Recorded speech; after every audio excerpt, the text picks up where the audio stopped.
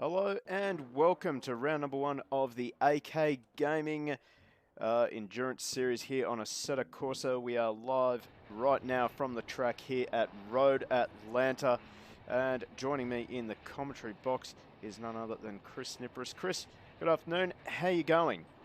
Good afternoon, Matt. Good afternoon, everybody. I am really stoked to be here tonight and super excited for this 2-hour race. Yep, 2 hours of racing coming your way here on Go Race Promotions here on Twitch. Wow, way to stuff up the web address. That's actually twitch.tv/Go Race Promotions. And let's have a quick look around the track. Currently, top driver at the moment is Cinder in the Porsche 919 Hybrid. And man, these things are wicked fast. Yeah, they certainly are. The hybrids are super quick, especially at Road Atlanta. It's Well, a high downforce sort of circuit, and these cars really love it. yep, and of course they run with the KERS as well, which certainly makes it fire off down the straight. Not sure if anyone's running the Audi tonight. I don't think I saw anything scheduled into the server or entered into the server. So I think all the LMP ones are simply just the Porsche. Yeah, that's a shame.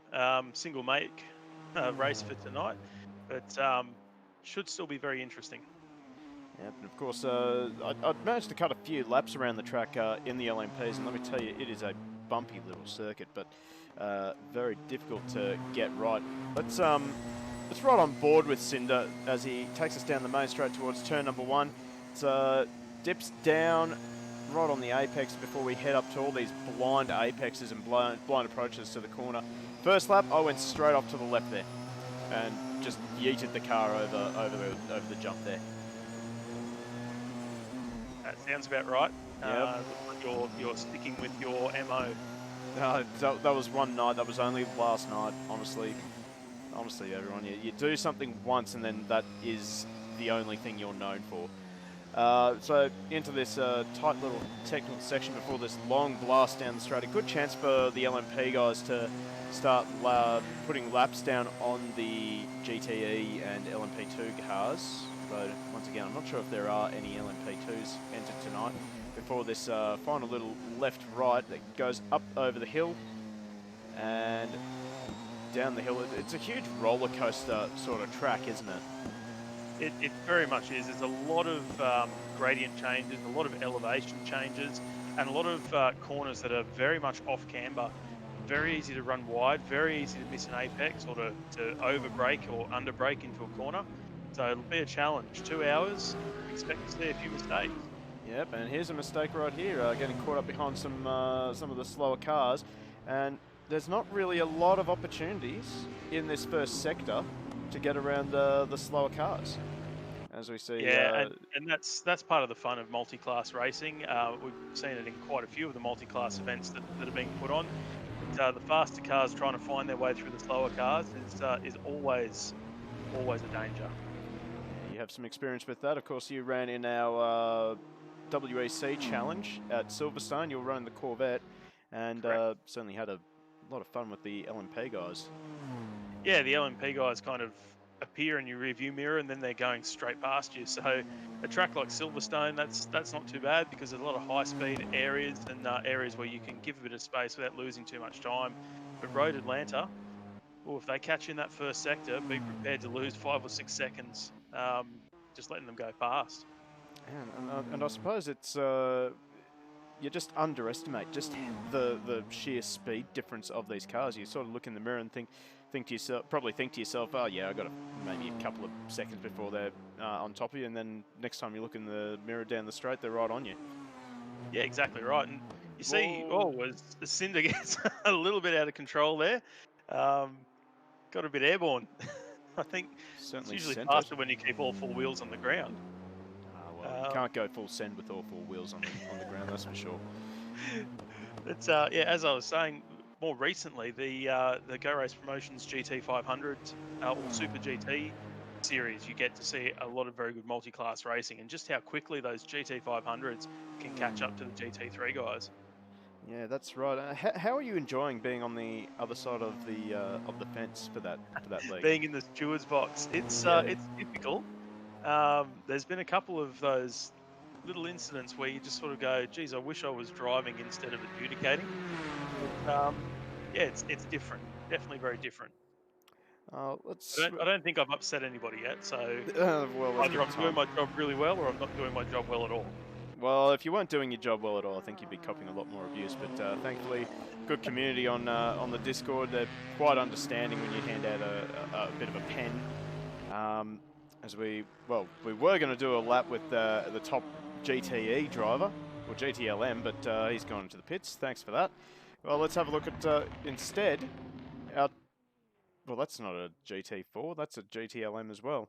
Well, everyone's in the pit. Everyone's going into the pits. Stop going into the pits. All right, here we go. We got Aaron Thomas. He's running the Beamer, the thick boy of endurance racing. Yeah, big fan of the Beamer. Have quite enjoyed racing it in Assetto Corsa Competizione, but it is a tricky car to get right. I don't think you're running this BMW. This is the M8. You're running the M6 in Competizione. Yeah, and I think we've all seen that meme. Just how massive this car is. That meme of the Laguna Seca straight and the two cars go flying past. Then obviously edited BMW looming over the hill, ready to swallow the cars up ahead. It is definitely a very, very big car. It's nice and wide, got a good track width on it. So it's a very stable car, but it's very similar to the M6. The M6 is quite a wide car as well, but it does pose a few problems from the engineering when you're trying to get the car right. And one thing that I certainly found was trying to dial out the oversteer. So we're just having a look at this one here. It looks pretty stable at the moment. Yeah, looking very smooth from Aaron Thomas. God, that name rings a bell. Oh, that's right. I saw Aaron Thomas last Sunday running in the AK Gaming Assetto Corsa Competizione series, and he had a really good race in the M class. Managed to make his McLaren so wide that he was successfully able to defend from two other drivers. It eventually became three for half an hour. So keep an eye on this guy. Yeah, it is definitely an art form, being able to keep people behind you. Well, I think his opponents, they were diving for the tape measure just to double check the width of that McLaren. It was an impressive drive from Aaron, and hopefully we get to see more of the same from him.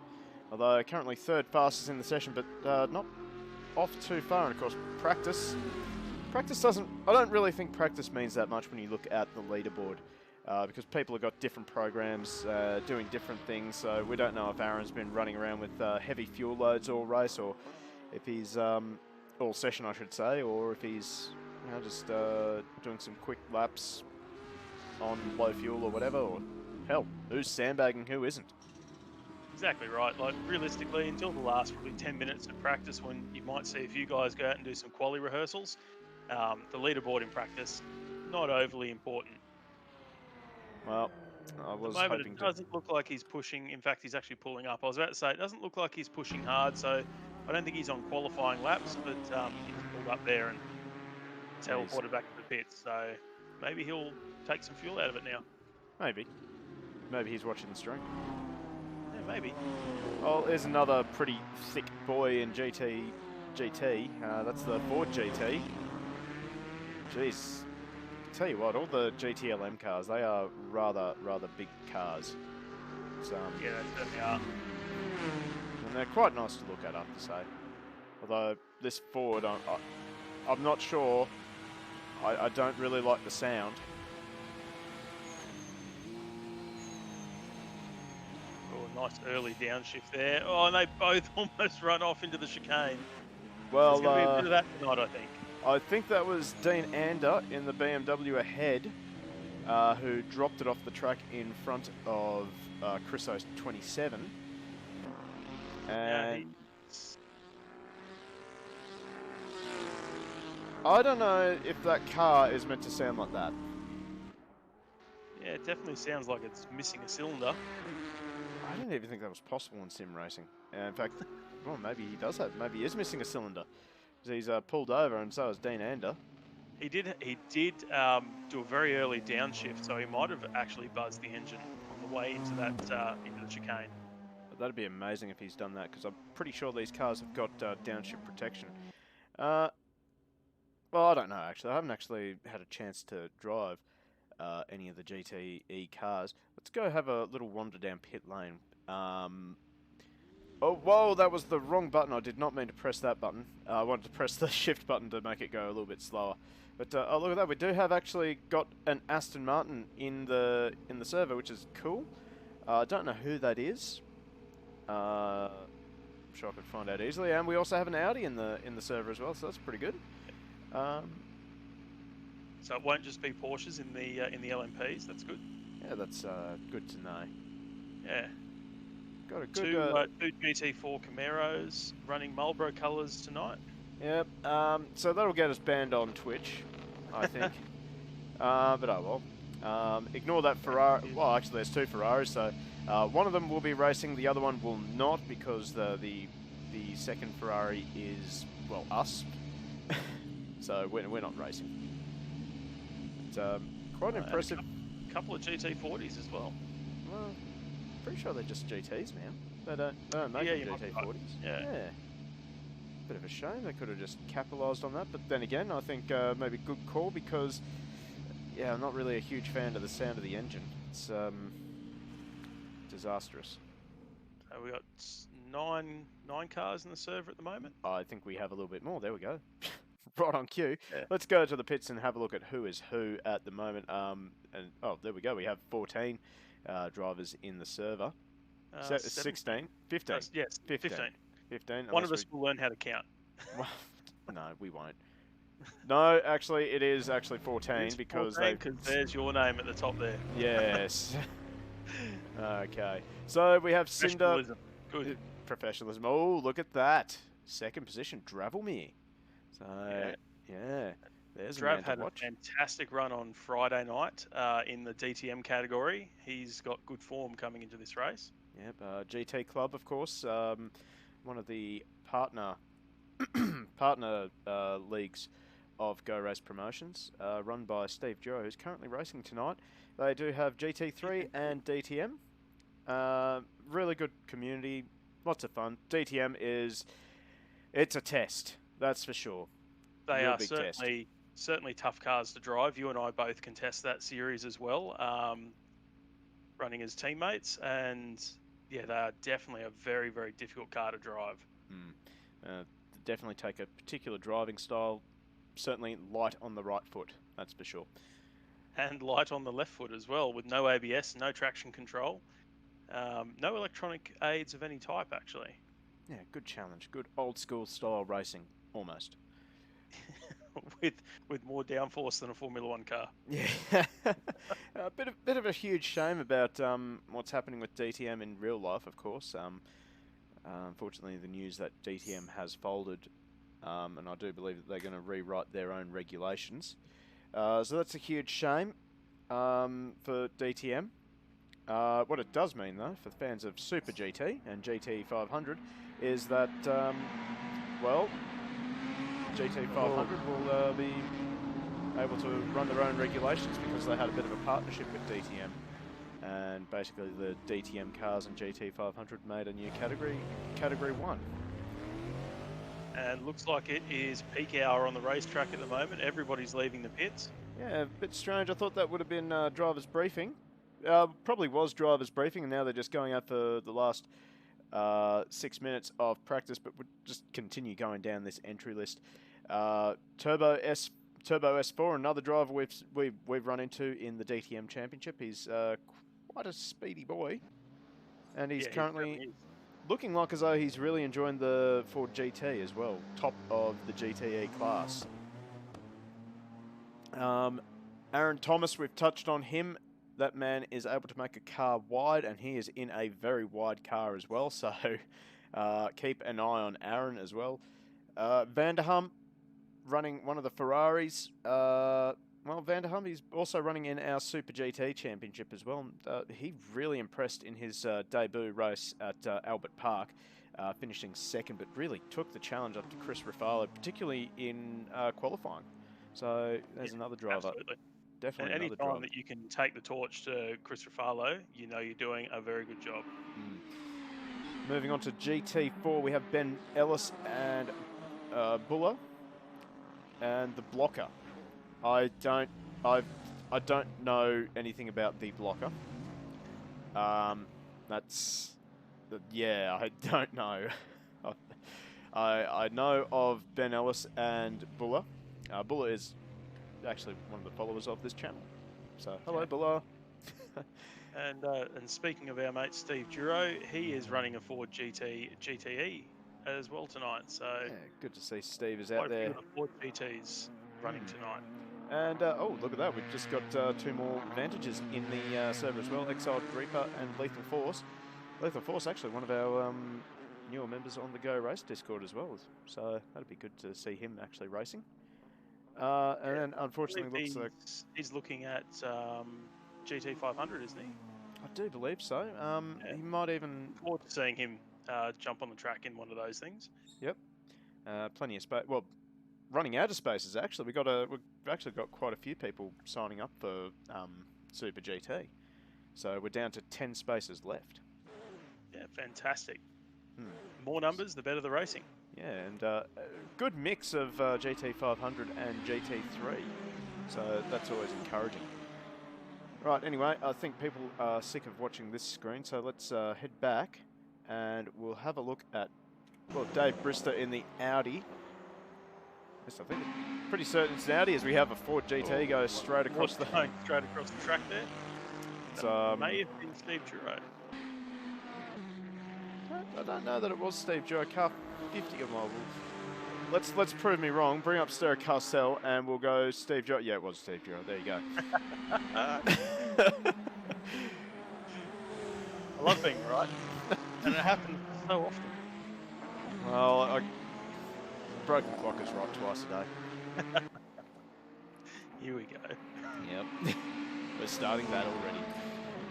But, haven't actually done anything with the Audi. I've only had enough time to do a couple of laps in the Porsche, so I don't really know anything about the Audi. I don't know if they're still I've never diesel. done a lot of running in these cars at all. I don't think I've even turned a lap in one. Yeah, I believe the LMP cars are in this series are mods. So as we ride on board with Brister for now, he's currently 3rd in the session. Oh, God. This track is so hard. It is. It's a tricky track, and it's easy to get lost on it as well. Yep. Well, it's just all blind corners, really. And just look at the grip that these cars are generating as well. Like, although I have to say, with the Audi, if I can, just quickly that front, I think I know why Audi has withdrawn from prototype racing, because that front end, that looks, I think they left out of shame. That is so ugly. They might have, but it's certainly a very aerodynamic front end. It's a very large front diffuser on it. And then you've also got the twin winglets just above the diffuser there on either side of the stalks. It does generate a lot of front downforce, that design. But yeah, the headlight mounts kind of look a little bit weird. Look like something out of the Jetsons.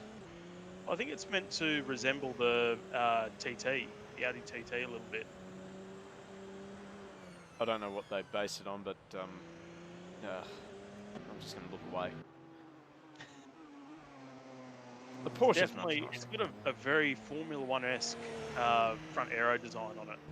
And you can certainly see that when Dave turns the car in, it bites very quickly on the front end in those high-speed corners. I have no idea if the Audi is actually a diesel engined car. I know that they the R10 was diesel, one of the first prototypes that they did that was diesel. I don't know if they stuck with diesel. I have a feeling that they did judging by the sound of it. Yeah, it definitely sounds like a diesel, doesn't it? Oh, hello. We're into qualifying now. It's daytime. Hello. Good morning, everyone. All right, so we're kicking off into qualifying now. 20 minutes on the clock. I believe it's all cars in, isn't it? Good question. We'll find out soon enough.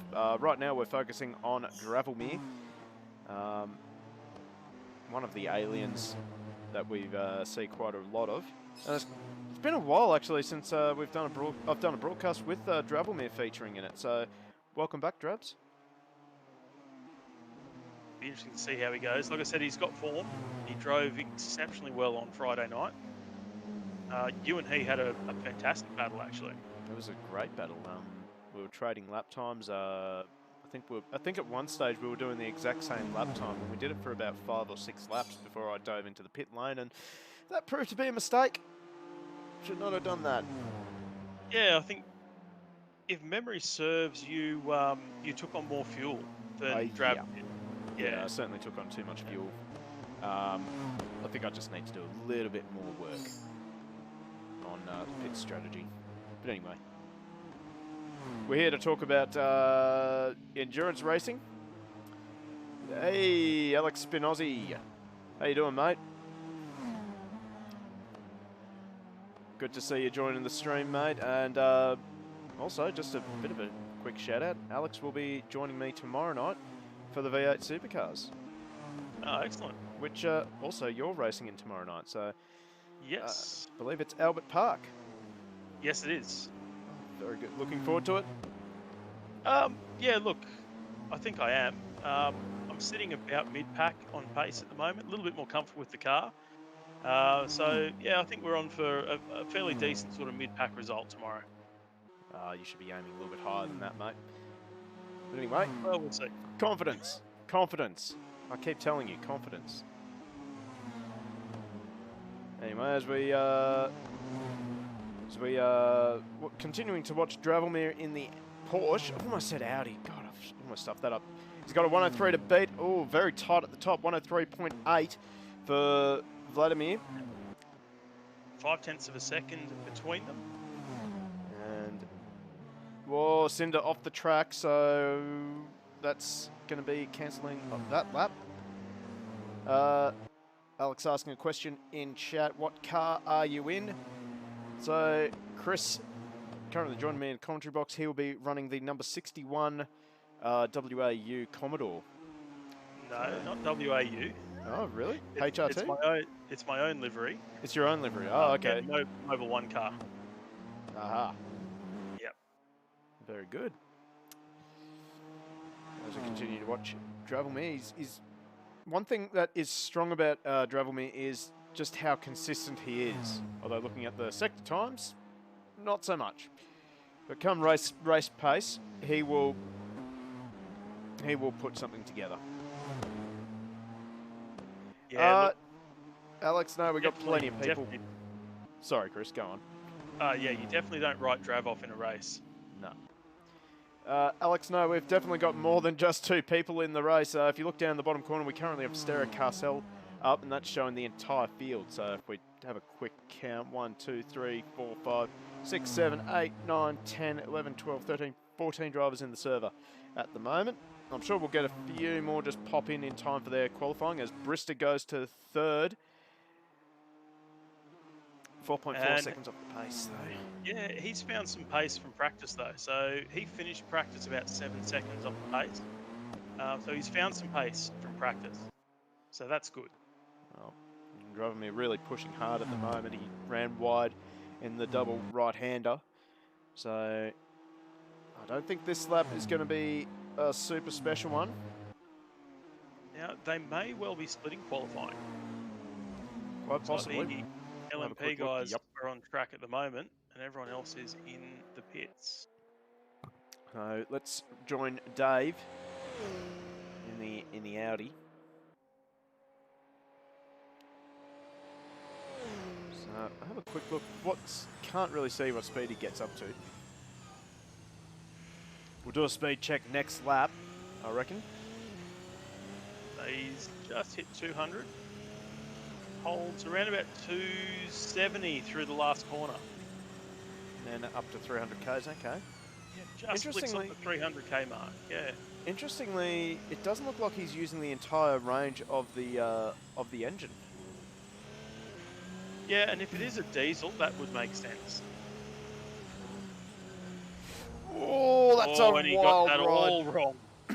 That was a very wild ride, and he is going to jump back to the pit lane. He is going to abort that lap. Oh, just in time we get to do a speed check. If I can actually find... I cannot find any sort of display, unfortunately. So we're just going to have to imagine we can see what speed Cinder is getting up to at the end of this back straight. So he is on an out lap at the moment. He is setting himself up. Go again, and I'm tipping a mid-2. I think he's got it in him. Flat stick through the last corner. I have to say, Cinder... A little bit wider than Mark at turn 1. I have to say, Cinder looks a lot more comfortable in these cars than what I've ever seen him in any other car. Oh, a bit wide. A little bit wider than Mark again. The right-handers he's having a little bit of a struggle with. Oh, hang on, if we switch back to this view. No, the driver's pretty well central, isn't he? Yep. So I think I saw in the Audi the driver's a little bit off to the right. As in fact, I think Cinder has backed out of this one. I think he may have, yep. Yeah, he has, definitely.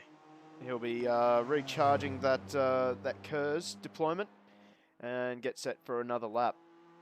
So I mean, during my quick few laps around this track in the Porsche, I was able to hit about a little bit over 300 kilometers per hour down the back straight with KERS assistance. So, and that's with stock setup as well. He does. He presses on with it now, so he's decided to keep the warm tyres on. And he's going for another run. Oh, look at the speed he's carrying through turn number 1. It was a lot nicer through turn 1 that time around. He actually managed to hit his apex. Gets the apex nicely over the second right-hander. Yeah, it's looking good. It's looking a lot nicer. Yeah, it may well be that the tyres weren't up to pressure on that last lap. Maybe the driver just wasn't up to it. Who knows? I know with Assetto Corsa, the tyre temperature model, it can be difficult to get temperature in the tyres. Runs it right out, uses every inch of the road, plus a little bit extra. Coming up to the back straight now. So I do believe, since this is split qualifying, I imagine these drivers in the LMPs will have 2 minutes left. A little bit wider the mark on the entry to the chicanes, but he gathered it up nicely. Holds it flat through the last corner. It's nice and stable. Not quite Doesn't quite improve. Well, let's see how Drav's going. He improved. He managed to get down to a 103.4. So I'd say that Drav is just getting himself sorted in the Porsche.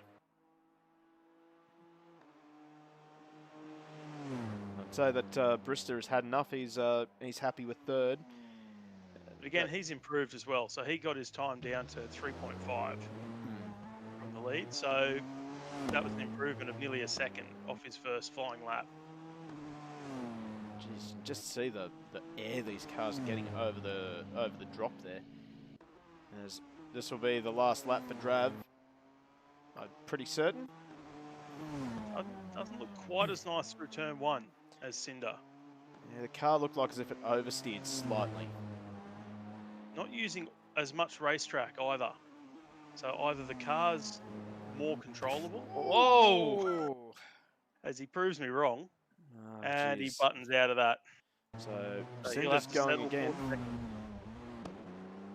But I think for Cinder it'll be a case of don't need to do this lap. I'll box it and just work on the race setup.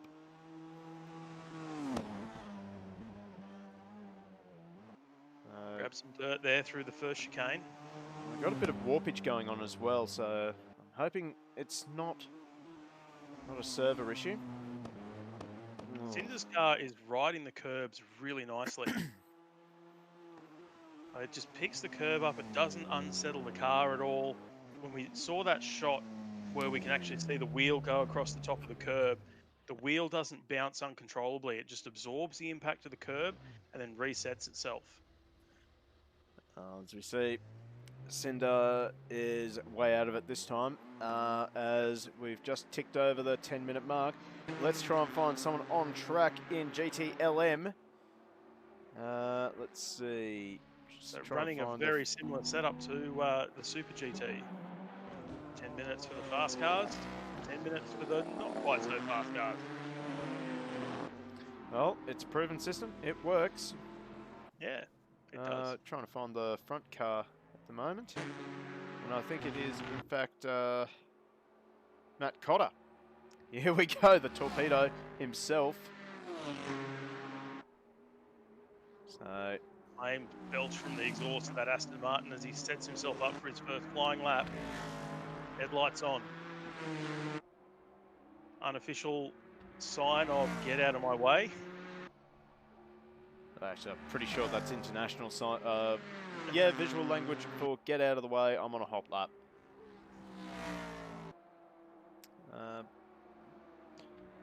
So of course we're running with the DBR 9S, which is the older model of the Aston.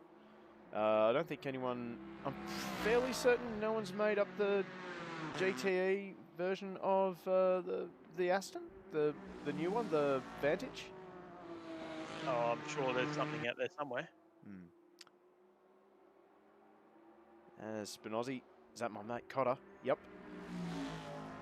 Viso 91, no mate, we have got plenty of drivers out there. We have just started GTE qualifying, so expect that timing tower on the left-hand side to explode in the next couple of minutes. So patience, mate. Patience. Looks like Grab's actually left the server, so maybe interesting. just. He does that though. He has a habit of doing that. Yeah, and he joins with a couple of minutes to go, just to probably change a few settings with the steering wheel, maybe force feedback. Perhaps for the race setup, he's going to turn that force feedback down a little bit so he doesn't destroy his arms. So as Cotter sets a 119, and he stays on top for GTE, as Duro behind him does a 19.7. So that's Fairly tight at the top. We got another, nope. Turbo's going into the pits, so can't imagine what's wrong with his car right now. As Lethal Force now, a 120.4. How many classes are in this race? LMP, LMP1. I think there was supposed to be LMP2, but I don't think anyone signed up for it. GTE and GT4. As Vanderham, boy, this guy's really coming on strong now. He's starting to get good with all manners of cars. He's rather competitive in. Fairly certain he's in. Yes, he is. He is in GT 500 with the Super GTs. Yeah, he is. I've seen him running really well at the end of the BMWs has a lose. And you could not pick a worse car to try and pick your way around in an accident. A BMW, that thing is already wide, and lengthwise it's even worse. You can see Vanderham there, he just chose to go for the inside line regardless. He ended up, I think, all four wheels over the ripple strip. So that will likely have been a curb strike. More than likely. He'll be quite frustrated with that, but fortunately that is racing. As Cotter has improved, he's actually gone off the track, but he's taken a few tenths off his time, and I believe he has just dropped behind Steve Duro just to get a little bit of a eye in on this guy. So, well, like Dravelmere, you cannot discount Steve Duro. Yeah, Steve's a very good racer. Jeez, that Ford does not sound healthy, does it? No, but I'm pretty sure that's what they usually sound like, so... Here we go. Holden fan here.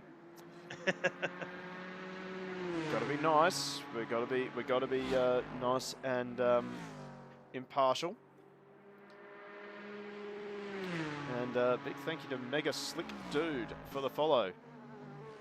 And now Chris 27, he gets up into fourth. Steve just outbraked himself a little bit there. I expect we'll see him dive for the pits this lap. As we now focus Chris 27. He's got one of the BMWs in front of him. I think that is Dean Ander. Indeed it is. Well, one thing's for sure, that BMW will be punching a nice big hole in the air. More GT behind it. Geez, a lot of damage on the back of that BMW actually. I wonder if he's backed into the fence at some point in this session. A lot of damage on the left-hand side of the car too. Not as Vanderham improves. Goes up to third. No, he's solidifies third. Turbo S4 up to Turbo third. now bumps up to third. So, geez, tight at the top. Dravelmir's back. I got a little bit excited there. I saw a name pop up at the top. Wow, that's a quick lap time for GTE. But no, it's just Dravelmir just returned to the server. So, let's see if we can't find someone else to follow. Aaron Thomas. If this guy manages to get a decent qualifying, I expect to see him remain at the front, or remain in his position, because as we saw last Sunday, Aaron is a very good defensive driver. Yeah, and having the wide BMW will certainly help that cause. Yep. Watching him now come down to the right-hander. Now, I'll tell you what, something that I find satisfying about this Beamer is the turbo sounds. Yeah, they twin turbocharged engines. They do sound really nice. I'm going to do a quick little research on the M8 because I don't know the specs on it. Let's see, M8 GTE specs. So, yeah, 90-degree V8 twin turbo. Jeez. Whoa. Okay. And we have another one just straight line the chicane. And I think he's just going to head straight back to the pits, maybe.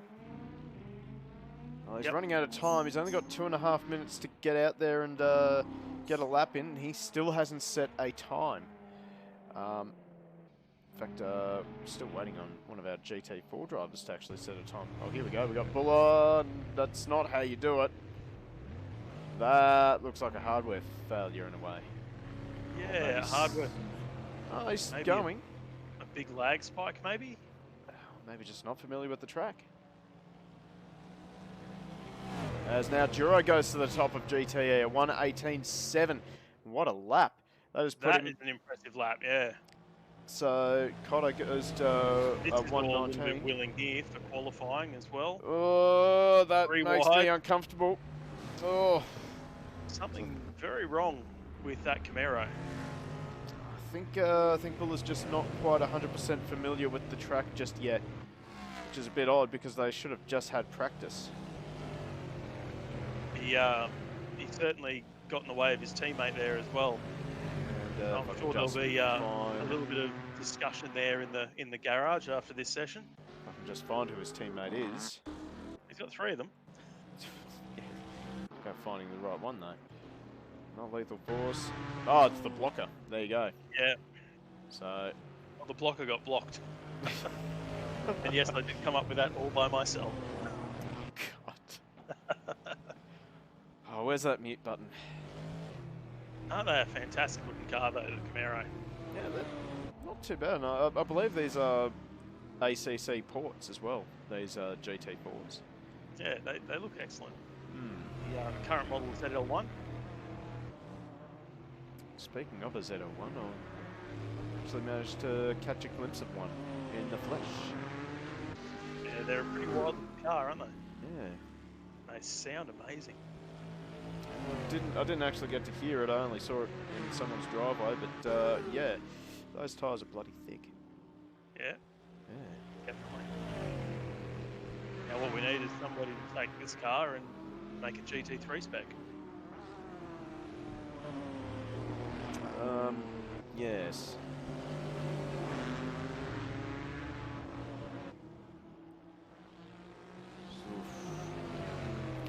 So the 551 rounds the final corner. will he beat his teammate? He doesn't. Doesn't even get a time in. So that's interesting. He just gets in just before the checkered flag, though. So that's handy for the blocker. He's got to beat his teammate Ellis, currently 11th on the leader on the timing tree. But I think this lap is going to get ruined because oh no, he got a little bit distracted by the GTE car coming up behind him. I believe that was Steve Duro. In fact, indeed it was. You hate to see that in qualifying, but it happens so regularly. It's just natural in multi-class racing, unfortunately. We're going to get rid of Stereo Carcel because I'm pretty sure we won't need it for the rest of the evening. So we're just watching Chris Ellis now, currently top of GT4. He's coming up behind one of the BMWs. Shouldn't affect his lap time much. He grabbed a lot of curve there, though. Cotter has done the snipe. Yeah, and he's beaten Duro by a 10th. So there you go. Aaron Thomas now goes up to 4th. And well, that's it for Ellis. He's done. Yeah. So that was indeed the... But here is the top of GTE. Well done to Matt Cotter. So... Well done. And Aston to the top. Yeah. Great job. Right. So let's have a quick look at the running order after qualifying. So we have Cinder and Dravelmere off the front row in the two Porsche 919 hybrids. In third position will be Dave Brewster, and he'll round out the last of the LMP cars. Matt Cotter is the leader for GTE, and he'll start beside Steve Duro. Turbo S4 and Vanderham will make up row number 2. Aaron Thomas and Chris O27, row 3. Exiled Reaper and Lethal Force will round out the... Sorry, no, that's row 4. Row 4. Sorry, just trying to yeah. Oh well, top 10 overall, but this is row 6 now. Yep. Jeez, counting numbers hard. Yeah, I'm trying to do. I'm imagining that all the classes will be separated on the start. Richard Dean Anderson will round out the GTE cars. He's got a little bit of time to make up, but I think that's going to be a pretty decent race at the back there. Then we have Ben Ellis, the blocker, and Buller, the 3 Chevrolet Camaro GT4s out the very back. Interesting there that Blocker only got 1 lap in and Buller didn't get any. Yeah, I think Buller may have had a couple of track cuts and yeah. Oh well, that's how it is, unfortunately.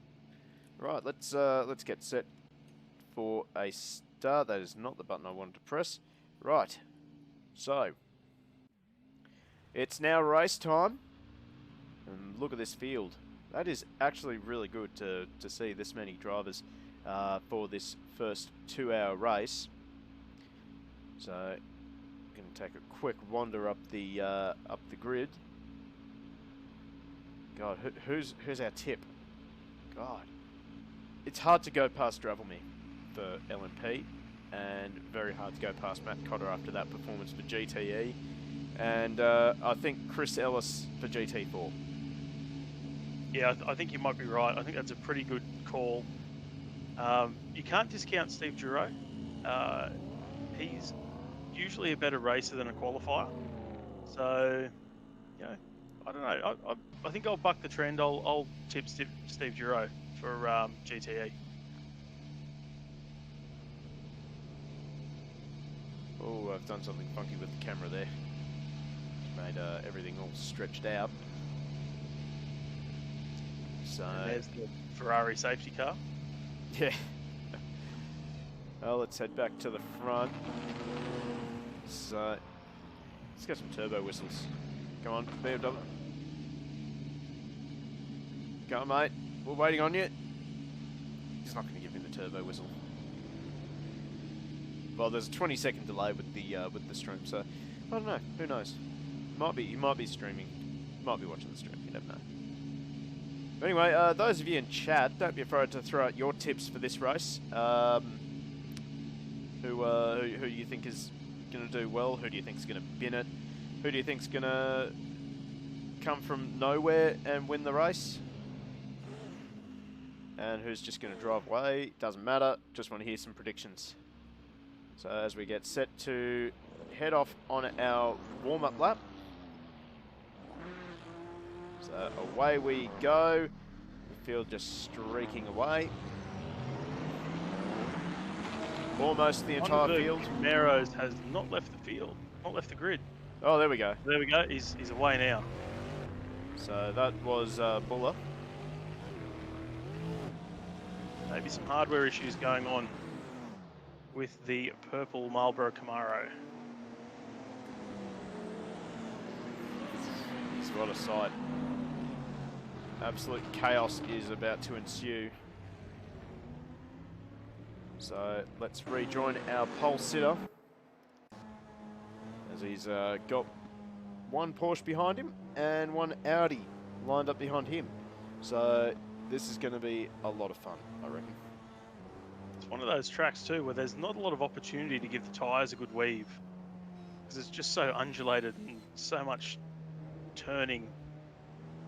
You're really working the tyre through these long corners to try and get some heat into the carcass. As Brista takes to the dirt. So exactly what you want. Yep. Okay, doesn't look like there is a gap between the classes. Okay, well, there is. You can see that the GTE guys are just backed off a little bit. Yep, there we go. So there's Cotter. Oh, here we go. We're set for a start, actually. And we are away and racing. So that's quite handy. And away and racing we go. Cinder takes an early lead as we head into the first turn of the race. Dravelmere is all over the back of him. We're going to quickly look back to GTE as Steve Duro goes straight to the front. He gets in front of Matt Cotter in the Aston. So, well, Steve Duro might be about to prove your prediction right, perhaps. As Chris... Well, here we go. We've got the battle of the Camaros. Whoa, that's looking a bit sketchy, but they managed to get through almost 3 wide. As, well, the blocker has taken an early lead in GT4, but still at the front. This is going to be really difficult, actually. 3 classes, and we're trying to divide our time between all 3 of them. Cinder looks like he's trying to make an early break. Yeah, he does. And Drab's not letting him go. Drab's going to sit right under that rear wing and just wait as Brista goes wide again. That's exactly where he went off in the warm-up lap. Maybe just trying to push a little bit too hard, trying to keep up with Dravelmere and Cinder. Sometimes in these longer races, you just need to accept the car that you've got underneath you and not try to run with the guys that are faster than you. Just settle into your own rhythm and let the race come to you. We've got a bit of an opportunity here for an early battle. We have Aaron Thomas all over the back of Chris O27. Down the inside of the chicane. Oh, he's hard looking place for to it. make the move stick. Not quite. Oh, he might get the switch back up the hill. Runs a little bit wide though, so now the BMW down the inside into the last corner, and he gets it done. Just all out of shape. Looked like as if he just wasn't sure where Chris was on the approach to the hill, so I gave him plenty of space. Good polite driving from Thomas. Great to see the guys giving each other space there. Well, 2-hour race, no need to get into any sort of mayhem and silliness this early. You know this is sim racing, right? Yes. Yep, okay. No, just checking. Thanks to Mayhem Monster for the follow as well. Hope you're enjoying the stream so far.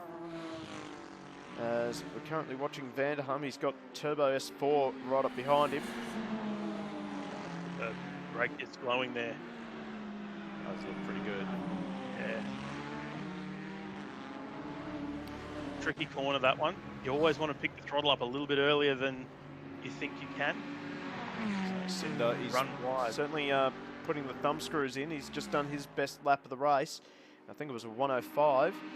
But he had the gap out to a second over Dravelmere. So we're going to quickly jump back to our leaders as they make their way down the hill towards the double right-hander. I think they're actually almost about to hit lap traffic in Buller. in the first of the Camaros. So it's a tiny little lap, and I do expect them to be in lap traffic within the next lap. Maybe Yeah, you can corners. see the Camaro just in the foreground there, just going into the chicane now. So yeah, looks they'll like he be in went lap through the traffic chicane. fairly soon. Oh, Cinder gets a little bit of oversteer on the exit. That might give Dravs a bit of a chance to close up. The gap's fairly stable. Here we go. Now this might be Drav's opportunity. Lap traffic has played a part there. Drav's looking satisfied with just sticking behind Cinder for now. Maybe The track sacrifices a little bit through turn 1. Trying to dissuade Trav from sticking it down the inside. so. Now we've Single got file for now. lap traffic. And Cinder, that was Oh. very opportunistic, but he saw Yeah, his that was- opportunity just to ease the pressure off him, and he took it. Very good move by Cinder there. To just park the Chevrolet in between himself and Drav. Now he's just got to deal with Dean Ander in the BMW, and he just didn't want to take a chance there, and that has given Dravomir a good chance to close up with the back, as we now look at the back of Cinder. It's definitely the ebbs and flows of lap traffic. So here we go. Oh, Drav thought about it. Yeah, Drav's definitely in the slipstream now. We'll be getting a little bit of aero wash through these faster corners. Particularly here. Oh, he just keeps it on the track there. He got actually. a great run off the last corner though. Oh, now they're diving up the More inside lap traffic. of lap traffic still. Turbo S4 is actually still all over the back of Vanderham. We'll have to keep an eye on that battle in GTA as Brister's off the track again. He's kept it going though. Alex Spinozzi in the chat. Feel bad for Cinder. Drav is a pest. Oh, Trav just had a look down the inside there. Now, he was never going to make the move, but it's about filling the mirrors, trying to force Cinder into a mistake. Well, that's the best way to get around someone. Rather than trying to go for a dive bomb, just make them make the mistake. This is an enthralling battle for the lead at the moment. We're only 6 minutes into this race. Now right on board with Dravomir. He loses a bit of time down the straight. I'd say Cinder deployed a little bit more curves down the straight. So now they're coming up onto this battle between Turbo and Vanderham as Drav gets in between. Oh! Trav had to get out of the throttle there. Wouldn't have been ideal for him. So Turbo goes up the inside and gets Vanderham. So, well, there you go. Turbo as well managing to use the LMP traffic to his advantage and take third position in GTE, although he gets it really sideways over the curb.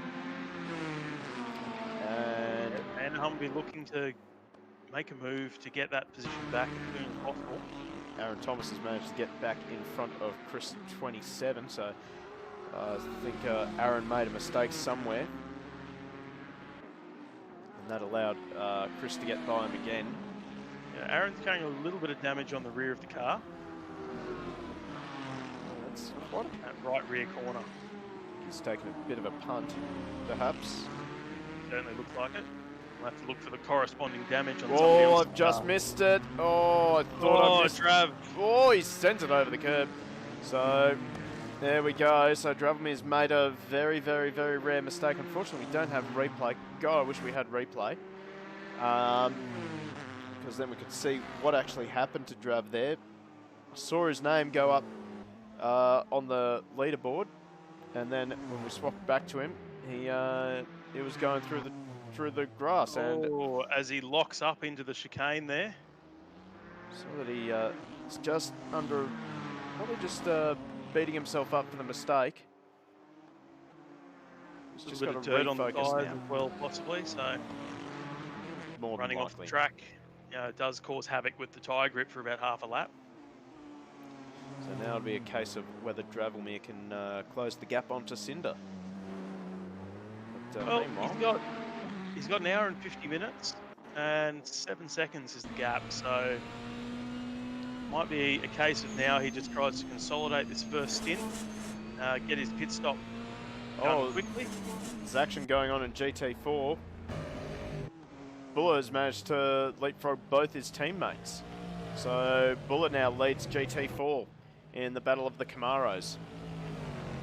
So I think Blocker and Ellis both had a little bit of an incident, as now here comes Cinder up the inside of them again. I think they would have been saying to themselves, God, I thought we only just got rid of these LMP1 guys. And that is the thing with multi-class racing is you see the LMP1 guys come past and you go, oh, thank God they got through. And then 2 or 3 laps later, you're like, oh, God, they're behind me again. So we're right on board with the Blocker. So he's in the Camaro sandwich here. It's a bit of a boring sandwich, actually. Oh, okay. Got a bit of a... Buller's teleporting a little bit. And there he goes. So Blocker puts... escort himself out. And, ooh, what is going on here? They're all slowing down. I'd say these guys are just trying to have a bit of fun with each other. And they're waiting for their teammate to close back up. But and they're doing it safely, at least. Competition caution. Competition caution. Oh, dear. So, we're watching the battle for GTE honours now.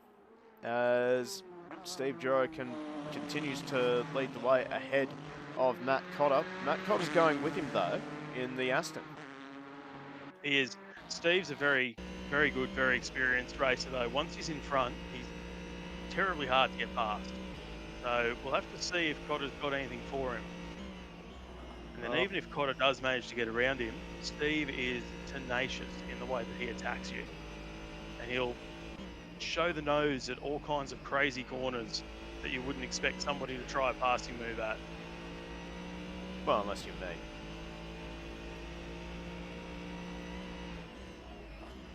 Silence. Well, I do make some pretty dumb decisions on track. Like Friday night, that first spin I had in race 1, that was because I tried to go for a move on Dravelmere in the final corner at Barkaniecki. Yeah. That was not a good decision. Well, Steve and I had an excellent battle at the previous round of DTM at, I forget what the name of the track was, but it was a port, I think, from Gran Turismo. Oh, the roller coaster circuit. That's the one, yeah, the roller coaster circuit. Completely original track, apparently. Is it? Yeah, completely original. Fantastic track. But, yeah, he was tenacious in behind me. We had a fantastic battle. We touched panels once, and that was largely because I locked up and ran a little bit wide in a corner. So that was about 6 or 7 laps that we were just locked in battle, and it was a really good fight. He's an excellent person to race against. He's got Matt Cotter behind him, and Cotter is quite a tenacious competitor himself. He has, although he has earned the nickname the Torpedo, so I've been told, he has really turned into a very good sim racer. Runs it a bit wide, and now he has to try and pick a side of the track for Brits to get up the inside of him in the Audi.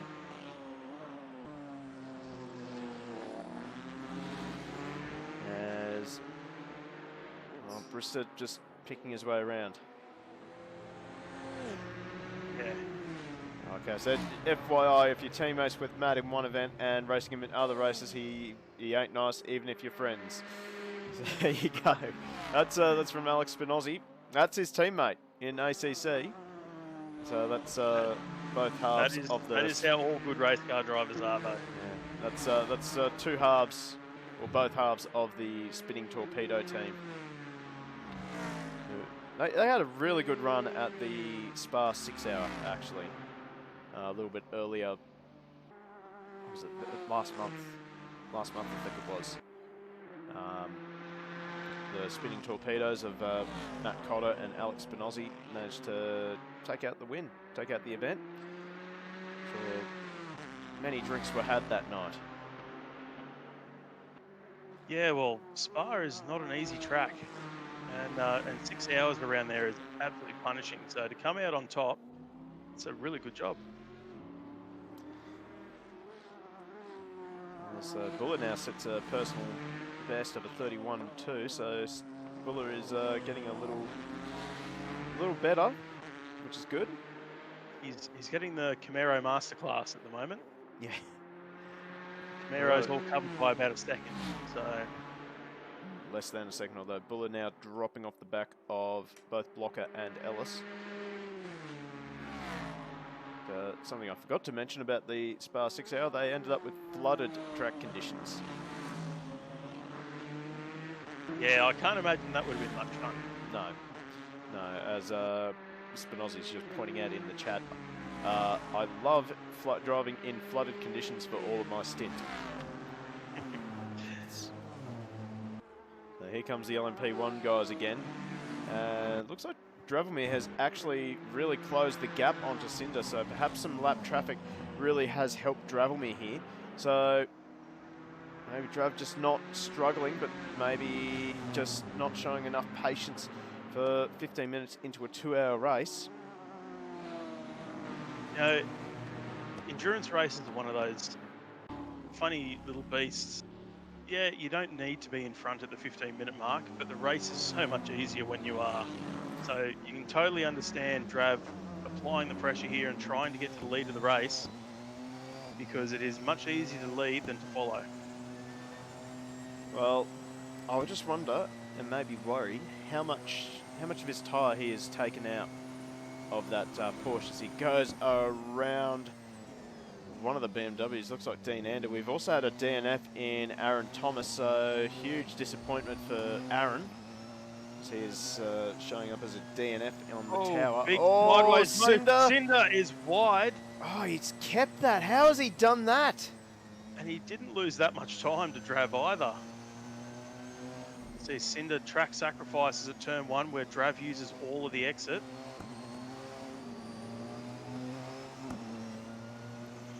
This will be an interesting view now to see the difference between the two cars, the two drivers, how they achieve their speed. Their lap times are almost inseparable, but you can see they take very different approaches to the corners.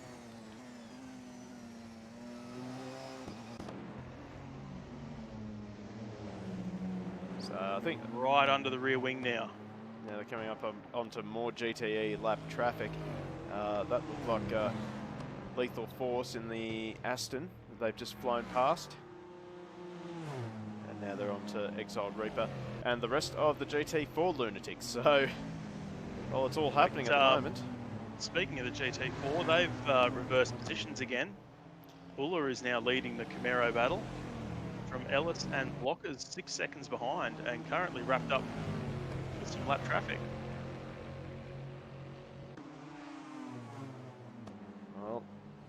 Well, Buller very wide into turn number 1. That might give Ellis a chance. Nope. As the Aston Martin, I think that is Exiled Reaper, just manages to get in front. We'll get used to these cars and the drivers eventually.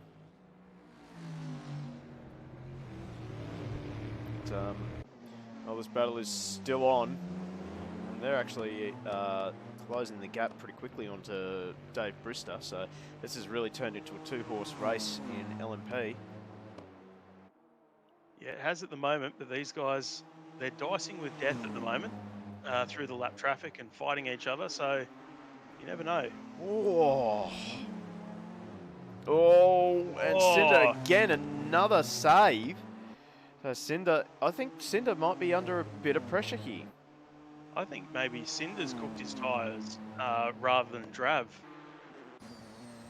Cinder showed spectacular pace in qualifying. Maybe his setup's a little bit too aggressive on the tyre.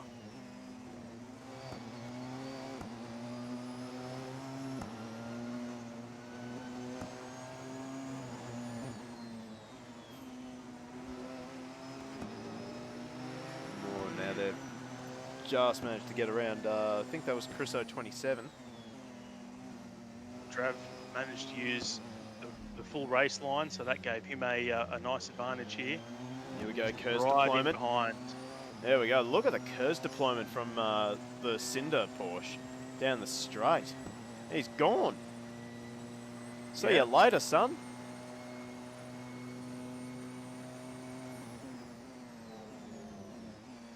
Barista off into the weeds there, so he's made a mistake. Let's see. How did Cinder go through the last turn this time around? A little bit loose. Certainly looks like Drav's car is a little bit more stable at this point in the race anyway. So you can see he's already gathered up everything he lost with that KERS deployment. He's already gathered it up. Gap is fairly steady at about 0.3 of a second. Just wonder if Dravomir is just looking after fuel, maybe looking after the tyres now. Just no, he's definitely showing the nose, especially at the last chicane. He's very much a fan of just showing the nose into that chicane and trying to force Cinder to overcook it, which is what happened a couple of laps ago. So we get to see the racecraft of Vlad here. oof. Doesn't seem to be using his KERS as much.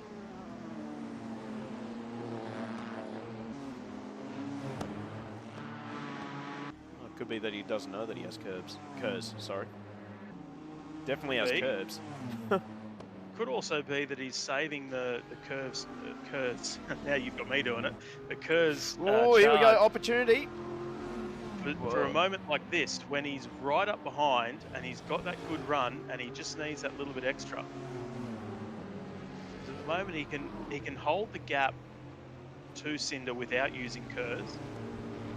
So it might just be a case of let's just wait and see when is the best time to actually deploy it.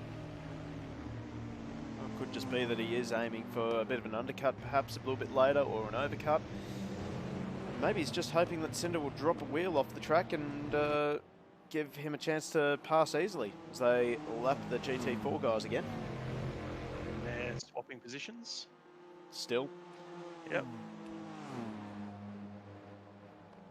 As Matt Cotter has seemed to have dropped off the back of Steve Duro in the battle for GTE honours as Vanderham has put it into the fence.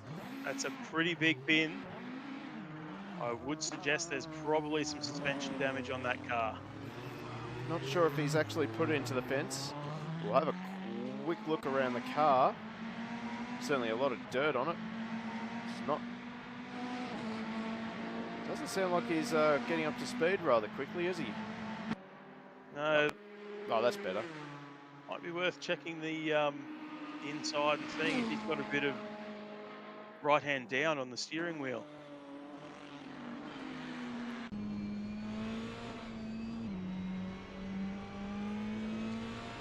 Looks pretty good. It looks pretty straight. Might have got away with it.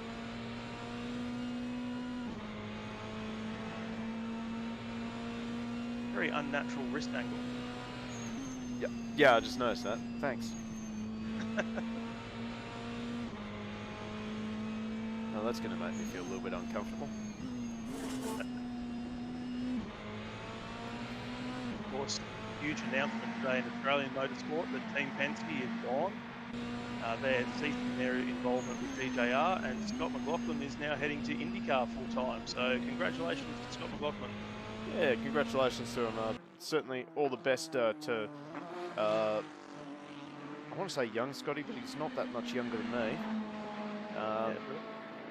So Well deserved, and I'm sure he'll do New Zealand proud, or Australia. Can't forget, he's a Kiwi. that's okay, we'll claim him as our own. We did it with, you know, Mel Gibson. And Greg Murphy. And Greg Murphy. Just remember, they're only Australians if they're successful. That's exactly right. That's it. So Matt Cotter has dropped a lot of time to Steve Duro. 14 seconds now he's behind Steve Duro. Did he jump into the pits while we were distracted? Quite possibly, but I would imagine that it would take a lot more than just 15 seconds to complete service of... Oh, Drav now, fastest lap of the race, and he's in front. Oh, we've missed that. We've had a change for the lead. Dravomir is now in the lead of the motor race. And he's now set the fastest lap of the race. Now it's his turn to be the pioneer to get past the lap traffic. And now we'll have to wait and see how does Cinder play this? Well, just looking at the attitude of Cinder's car, I'd say that he's been a little bit more aggressive on his tyres than what Drab has. And I'd say that he'll be looking for the undercut now. He'll be looking to get off these tyres as quickly as he can, get on some fresh ones, and hopefully, or just use Kers and drive past Drab in a straight line. Well, it looks like he's happy to sit behind him for now. So perhaps the mindset for Cinder right now will be, okay, made a mistake, but I've spent a good 25 minutes in front, almost 25 minutes in front of Drav. It's my turn to see what... Oh, there we go. Oh, he's got a chance. Pulls out of it. Although Yeah, Dravelman gives him space anyway. Probably a good move. Too wide through turn one. It'd probably be a bit sketchy. Oh, just Now here. we've got lap traffic too wide here in front as well. Now, of They're course, involved in their own race, of course, so they're under no obligation to just get out of the road. yep, and it is up to the faster cars to get around them cleanly. Oh, there we go, turbo flutter. Trav would be wondering what he has to do to get a clear run through the lap traffic at the moment. Ooh, Well, just, the BMW had a big tank slap moment in the background. that was Dean Anderson. Yep. So Dean currently last of the GTE runners as he makes his way around the circuit. Oh, rather well. I think he's starting to get a little bit better. Though a little bit of a slide coming onto the back straight might suggest otherwise, but down to a 1:26.6 race pace. That's not too bad.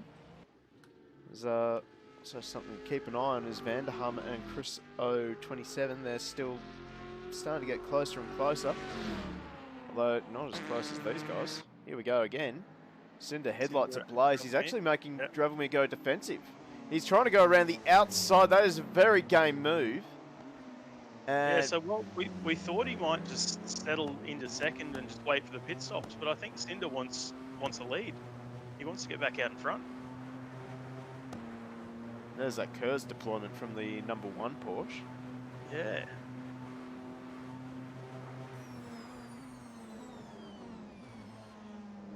So, make our way over the hill one more time and just drop down the hill. This is where Dravelmir is stronger, it seems. Yeah, and I think that speaks volumes to the tyre condition. When your tyres start to go away, you struggle the most in the high-speed sections. So I think tyre condition is the big talking point here at the moment. I think Drab's tyres are in better condition. Maybe they've pressured up better. Cinder might have had his starting pressures a little high. Oh, we've got a good chance here for... That's just for Dravelmir. Every time he seems to be able to start getting that gap up, hits lap traffic. And that is the frustration of being in the lead. Whoa, here we go! Whoa! Big Kers deployment, and he goes around. So, wow, that was huge. I think he ripped it. Drab's Kers isn't working. Maybe he hasn't mapped it. Quite possibly. I can't imagine Dravelmir making that mistake. there. Oh, here we go. So there we go. inside That's turn one. Kers deployment there. Up the inside turn number 1. Cinder hangs it around the outside and hangs on to the lead. Onto it. Oh, Dravelmir looking again. Cinder having to go defensive to hang on to the lead. So here we go down the hill. We got another GTE car just up ahead to Cinder. So Cinder's not going to go anywhere in a hurry. I think that might be Duro. It is Duro. Yep. So the leader of GTE, he gets well out of the way. He doesn't want any bar of this, and I don't blame him. No, I wouldn't want to be a part of that one either. I'd like to be an LMP1 car in getting involved in it, but right now, as a GTE driver, no way. So this is very much looking like it's going to be a 2-hour arm wrestle. Neither one of these guys seems to have a substantial advantage over the other. So that's up the inside of Buller, and that was well timed for Cinder. It's given him a bit of a chance to pull out. The gap is just almost gets to 1 second. But again, look at the difference in speed through turn 8. The last turn there for Dravelmere. He pulled 0.3 of a second just through the last corner. I think the number 2 Porsche might be set up a little bit better for the corners. Cinder, oh wow, has he kept that? Yeah, I'd say he's driving on eggshells at the moment. He's absolutely 10 tenths. I don't know that the car's underneath him. No, you got to bin it to win it sometimes. That does not make any sense. Makes sense if you watch MotoGP. That makes even less sense. It does because, well, I mean, Alex Marquez, he's starting to come on really, really strong now. He was a back marker on the factory Honda outfit bike. And now, oh, here we go. So first of the pit stops. Yeah, so I'll finish that thought in a minute. His tyres were cactus. So what that does do is it gives Dravelmere a chance. Fortunately, I don't think he's going to make too much hay while the sun shines because he's in the middle of lap traffic. So perhaps Cinder just deciding... I think that this might have worked out well for Drav because as we watch one of the Astons try to be a four-wheel drive. That is lethal force. Because Vlad, I think he might have gotten past the bulk of the lap traffic on that lap. So he might have a lap or two now where he can really put his head down. Yeah, quite possibly. Watching the 99 here. Looks like he's back on track now. I thought the these Astons were V12s. They're a Vantage, so I'm pretty sure they're a V8. Oh yes, you're right. Yeah.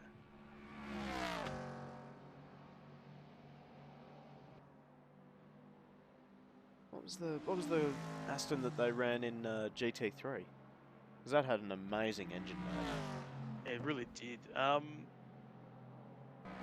Was it the GT1 Aston that I'm thinking of? Might have been. It's a very sleek car, the Aston Martin. Yeah, I miss GT1.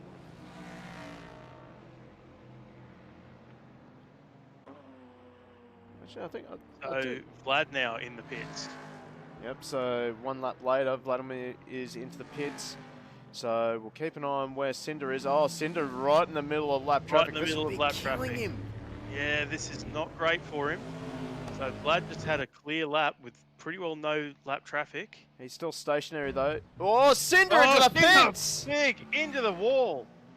That's a huge impact for Cinder. Now, how much damage has he got on that car? What does that cost him? Well, to start with, cost him the lead. Vlad is now out in front of him. So he may well have actually taken the lead of the race, were it not for that mistake at the last corner.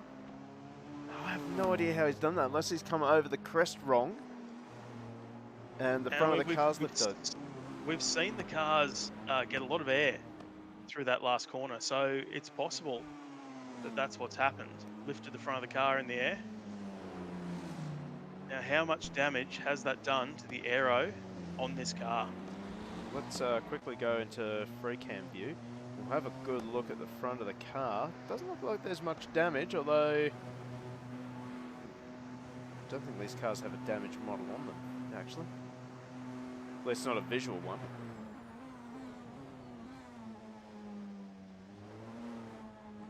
Telling sign will be how it handles through this corner on this lap. No lift. So he might have gotten away with it. Maybe the damage multiplier saved, although he's very wide at turn 1, as I say that.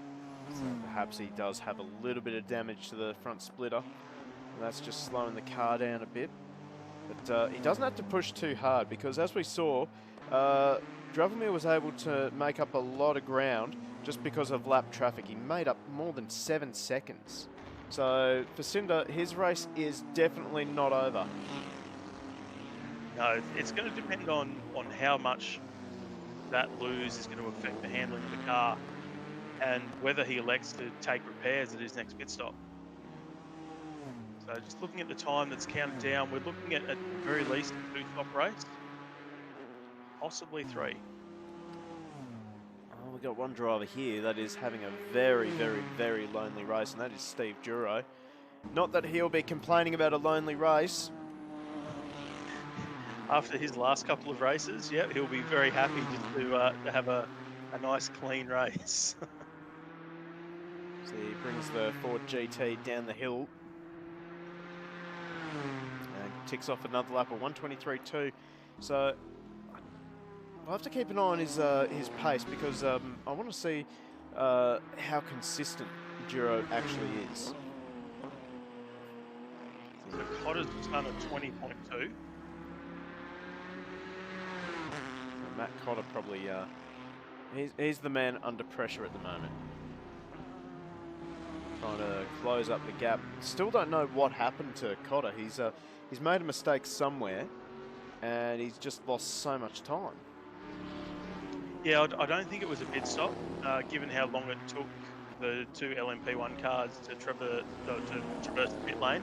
It's about 40 odd seconds, so I'd say he's run off the track, and I mean it's a bit of a leap, but I think it's a good chance that it was at the last chicane.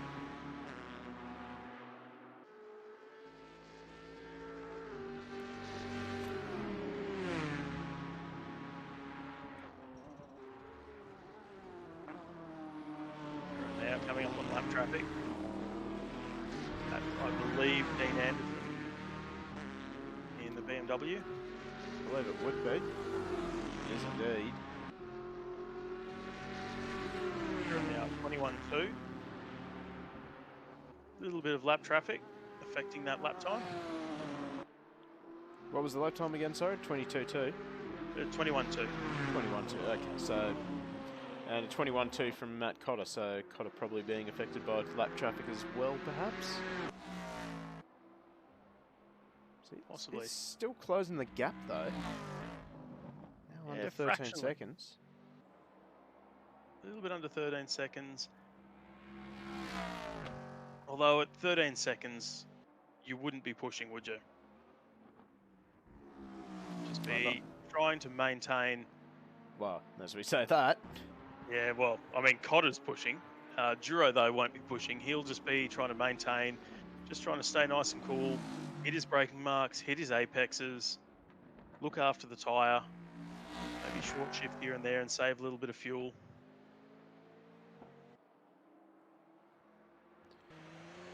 Well, speaking of lonely drives, here's Dave Brister in the Sol Audi.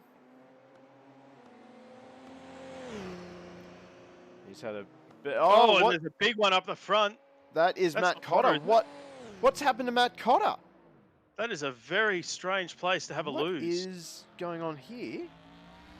I thought he just had tyre failures. What has happened there? Something is not right with this car. Turning. He'll be going straight to pit lane. He's into the pits. So whatever happened there, it's a very strange place to have a lose. Did maybe he got distracted looking at something else? Possible. I have a tendency of doing that. Getting stuck looking at the dashboard as Brister. He has a spin as well. So that really unleashes Duro now. I don't know if that's that would definitely be an unscheduled pit stop for Cotter, but I'm not sure where they're sitting in their tyre life and fuel life for GTE cars. I don't think any of them have pitted yet, have they? I don't know. Oh, Buller off the track in the Camaro. Gets it back on the track. So right now, Vander, we got another Camaro off the track. Oof. So, Marlboro Camaros, they're giving us their best version of stadium super trucks at the moment. It's still going on. Yeah, we may be starting to see a lot of these, the slower categories at the end of their tyre life. And as we know, once you get into the red on those tyre markers, it's like driving in the wet.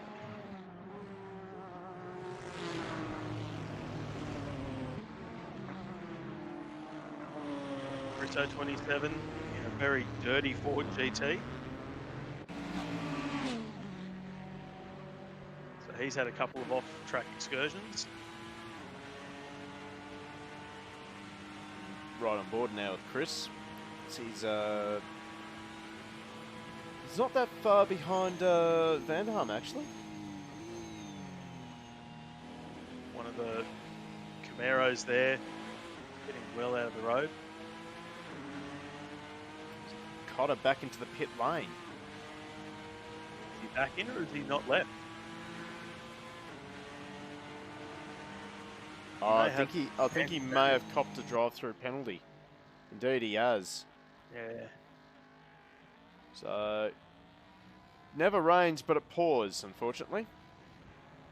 Good news for Cotter is he has an hour and 20 minutes to claw his way back through the field. Yes, but unfortunately for Cotter, I do think that the win is now out of reach. Well, he's close to a minute behind Duro now. In fact, I think that's Duro right there. Yeah, I think Duro is. might have lapped him, yeah. So It's a big ask even for Matt Cotter. Here we go. Indeed. Another driver into pit lane. So this might well be the first legitimate GTE pit stop. Keep an eye on Steve Duro, see what he does at the end of this lap. Duro now 4 laps behind the LMP cars. Reading that correctly. Yep, you should be. Yep. Well, he won't be pitting this lap. No, oh, Crisso, wide, very wide. He's just trying to get onto the back of Exiled Reaper. He's getting put a lap down by Steve Duro. So, got some craziness happening right on this section of the track. And now is a good time for Crisso to just lock in behind Steve, follow pace setter, see if he can capitalise on Steve getting past. Who's in front of him there? That's not Vanderham, is it? No, it's Exiled Reaper. Yeah, so who would actually be a lap down on Crisso. So there's Matt Cotter. So he's actually within striking distance of unlapping himself here. He'll have fresh tyres on the Aston. So, and I don't think that Duro will put up too much of a fight for him unlapping himself. His Aston Martin teammate helping him out a little bit there. Didn't make it overly easy for Steve to get past. Made it very easy for Cotter to get past, though. No team orders here. We can't say that. Just had a little bit of rear brake locking on the way into turn 1.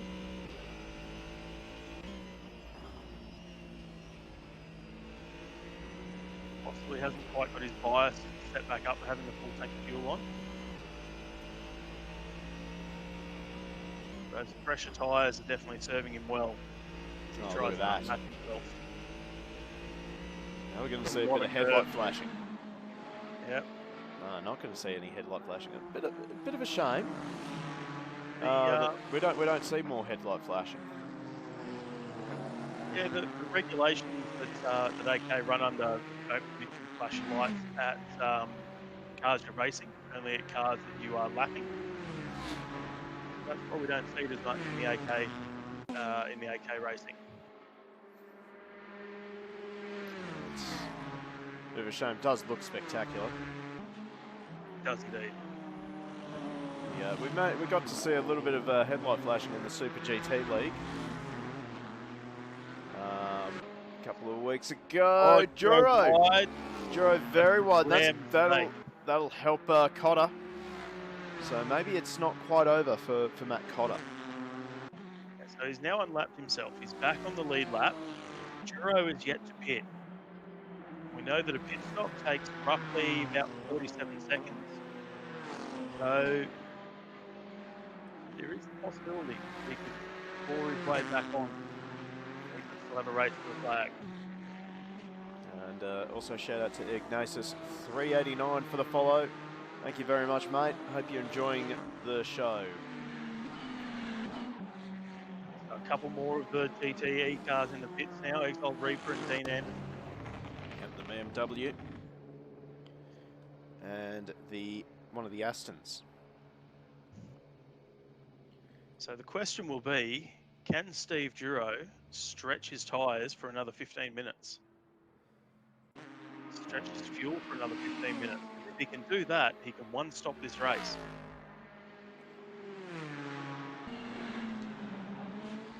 Well, we've seen in some of the AK Racing's GT3 league, when they did do 2-hour races, that it is possible to make a one-stop at work. One man who made it work consistently was Andy O'Hara. Well, even at the Go Race Promotions Silverstone 2-hour, a lot of cars went for a one-stop strategy, and it did actually pay dividends. I think from memory, I ran a one-stop strategy. I had an early spin, and the one-stop strategy helped me to get back up to 4.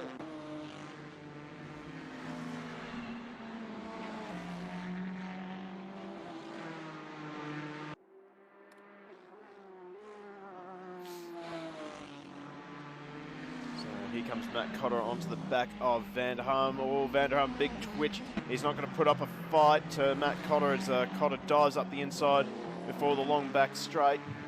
And Cotter makes his way back to the podium of GTE. He's got about 3.5 seconds between himself and Turbo S4, who in turn is about almost a lap down on Steve Juro. In fact, there is Turbo S4 there.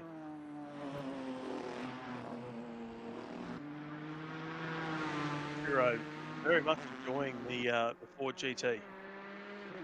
We're used to seeing him in the Mercedes AMG, but he seems to have taken the Ford GT like a duck in water. Well, Steve is normally pretty good in anything that he races. Certainly does well swapping between GT3 and DTM. Now, obviously, swapping to GTE as well.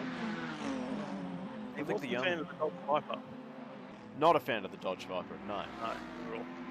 I understand that though. The Viper is very, very rude on its tyres. As with one of the BMWs there, Dean Anderson. So he's just come out of the pits. Maybe a cold tyre mistake there at the last corner. It's shouldn't take that long to get the tyres up to temperature. But,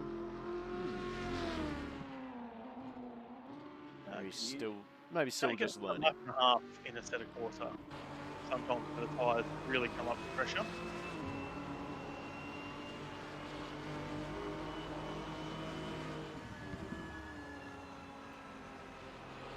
The other thing, especially when you're new or you're learning, is getting back into your rhythm after a pit stop. Pit stop can really throw you off your mojo.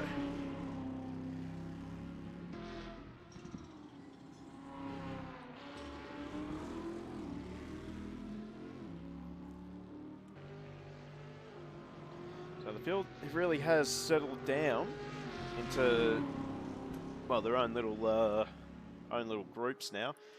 Some decent margins between each driver. Yeah, the gap between Vlad and Cinder has really blown out. 18 seconds now. Even the battle between the GT4 Camaros has stretched out a bit, with Ellis and Blocker both clearing out a lap over Buller. I'd say Cinder is probably carrying some damage from that contact before. that gap is huge. So here we go, Matt Cotter. He's closing up. As I say that, everyone's settled into their own little gaps and whatever. Here we go, Matt Cotter closing in on Turbo S4 and on fresher tyres.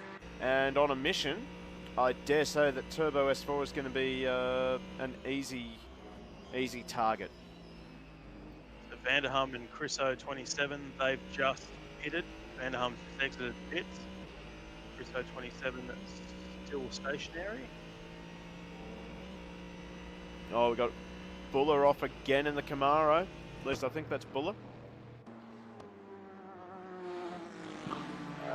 Purple one, I believe, is Buller, yeah. Just check like this. Yep, right. There we go, Matt Cotter. He's on the back of Turbo now. Oh, he's big sideways drift. on the dirt. Big drift. So he's definitely on a mission. Maybe too much of a mission. Might want to back it off a little bit before that message self-destructs. GTE leader Juro has finally raised the white flag, and he's pitted with an hour and 10 minutes to go. So not sure if he'll be able to stretch that for a one-stopper, but he's certainly shortened up his next couple of stints if he is doing multiple stops. I think with what we've seen so far with people coming into the pits early, I think it's very likely that everyone will be at least doing a second stop.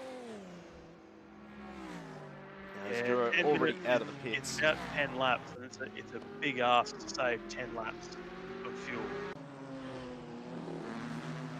It's also a big ask to ask the tyres to do another 10 laps.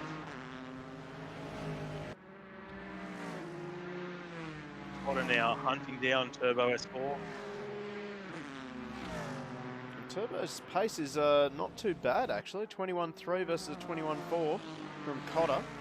Cotter did have the big lose down here at the Esses though, so that will have affected that particular lap. And here we go, teammates helping out teammates. Here we go again. Fortunately, no real passing opportunities here, although the Torpedo Turbo definitely thought about it. misses the apex a little bit. Goes to the switchback, try to drive up the hill and then down the hill. Unfortunately, for Cotter, Turbo's got the slipstream of his teammate, so that's kind of a double-edged sword. Looks around the outside though. Can't get enough drive in that little short shoot between the two right-handers. Lose a bit of mid-corner pace. I think he's just erring on the side of caution at the moment. Might be. Just looking at the attitude of the car though, it's very taily compared to how he was early on in the race. So whether that's because he's driving the absolute wheels off it, trying to get past. Oh, his teammate's gonna get in the way here. I'm just sort of saying that there was some teamwork going on. Well, we can dispel that instantly. Fortunately for Cotter, his teammate Exiled Reaper, I think it's Exiled Reaper, yeah it is, doing no favours for him. Oh hey, Ruka subscribed to Tier 1, subscribed 6 months, 6 month streak. And the comment, 6 months of bins and wins. Fantastic. Mostly wins. It's mostly bins. Oh no, blockers off the track, so this is going to give Ellis a huge chance to, even though he's in the pit lane, to make up a lot of time. So the GT4 lead is going to be blown open by that, I'm afraid. Yeah, So, it certainly is. Meanwhile, we're still going to focus on this battle here. So Turbo S4 continues to defend now. Are we going to see a proper rear camera? No, we're not. We're going to see this little camera. This is pointless. Yeah, this is sort of sitting in behind the wing strut there, isn't it? All right, let's have a look at the lap times this time around because Cotter had a fairly clean lap. So let's see what the difference in time is. 24 for Turbo and 19.7 for Cotter. Yeah. Turbo's done the best lap of the race, but a 19.7 for Cotter. That is super quick. That's almost qualifying pace. So that explains the attitude of the car. He's driving qualifying laps. Look at him monstering the curves there in the background. Now they got LMP1 traffic again coming up behind them, and that looks like Dravelmere. Yeah, Should have just waited for the number, but anyway. Dravelmere is just really driving away from Cinder. 28 now. Cinder, yeah, it's one of those hard ones. Do you pit and repair the damage and lose the time, especially given that he only just pitted, or do you just deal with the damage? And I guess Cinder's decided to deal with the damage, but it's definitely hurting him. Right, so here we go. Cotter tucked up into the back of the Ford. Not much of a slipstream being offered by the Ford. Here we go, bit of a send. Oh, brilliant move. Feeds the gears and gets it done. Well done. And Cotter now, back to second. And already he's just, he's dropped the gear and dropped a gear and shown Turbo the Gapplebee's menu at the moment. So 2 seconds quicker on that lap. Even with a passing manoeuvre. Yeah. So Cotter is on a mission. 36 seconds to make up on Steve Duro. And as you can see, he is absolutely driving the wheels off this Aston. Yeah, he certainly is. I'd be concerned. I've harped on about it all race, but I'd be concerned about tyre life here. He's driving the car like it's qualifying laps at the moment. And we've already seen the attitude on the car. There's a lot of oversteer in it. I'd be very concerned about how long he's going to make those tyres last, especially given that Duro pitted not long ago, only a couple of laps ago. And he's just done a 19.8. So they're running very similar time.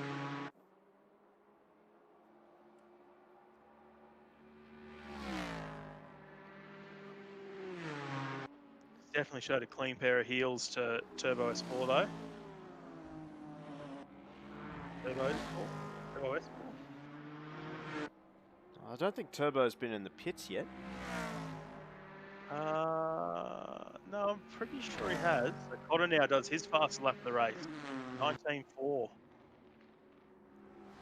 Matt Cotter really wants to catch up to the back of Duro. He might be seeing a little bit of red at the moment, I think. Just maybe a little frustrated with himself for a mistake. Yeah, it was an odd incident, wasn't it? It's a strange part of the track to have a crash.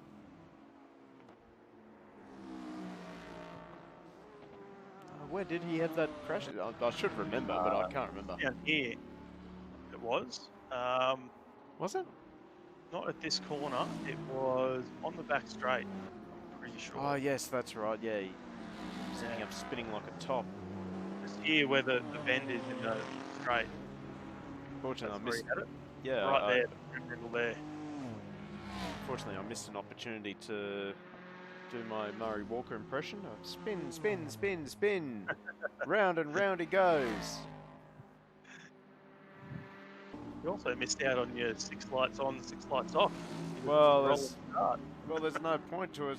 It's a rolling start. It's my favourite part of your streams. I could do that for the standing starts, but not for the rolling starts. A little bit difficult. The start was interesting too. They actually started them on the run into the final chicane. Yeah, there was actually a server countdown. Yeah. I think we'll definitely have to look into that. Of course, Go Rest Promotions, we have got a very special event coming up in the next couple of weeks actually. It is the TCX 300 event, number 1. And that is being run at Circuit Algarve. So if you are new to our streams and you have no idea what the hell we're talking about, basically TCX 300 is a coming together of some of the best touring car machines in the world. We've got GT3, we've got V8 supercars, and we've got TCR all on the track at the same time, racing it for 300 kilometers. It's going to be wild. Yeah, it is indeed. If you love multi-class racing, this is going to be the ultimate in multi-class racing. And Circuit Algarve is a great place to kick off this new initiative.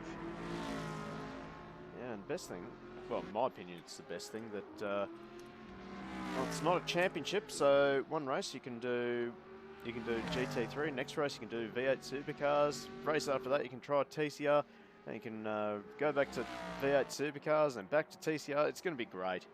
I'm really looking forward to the community coming together and having a go at it.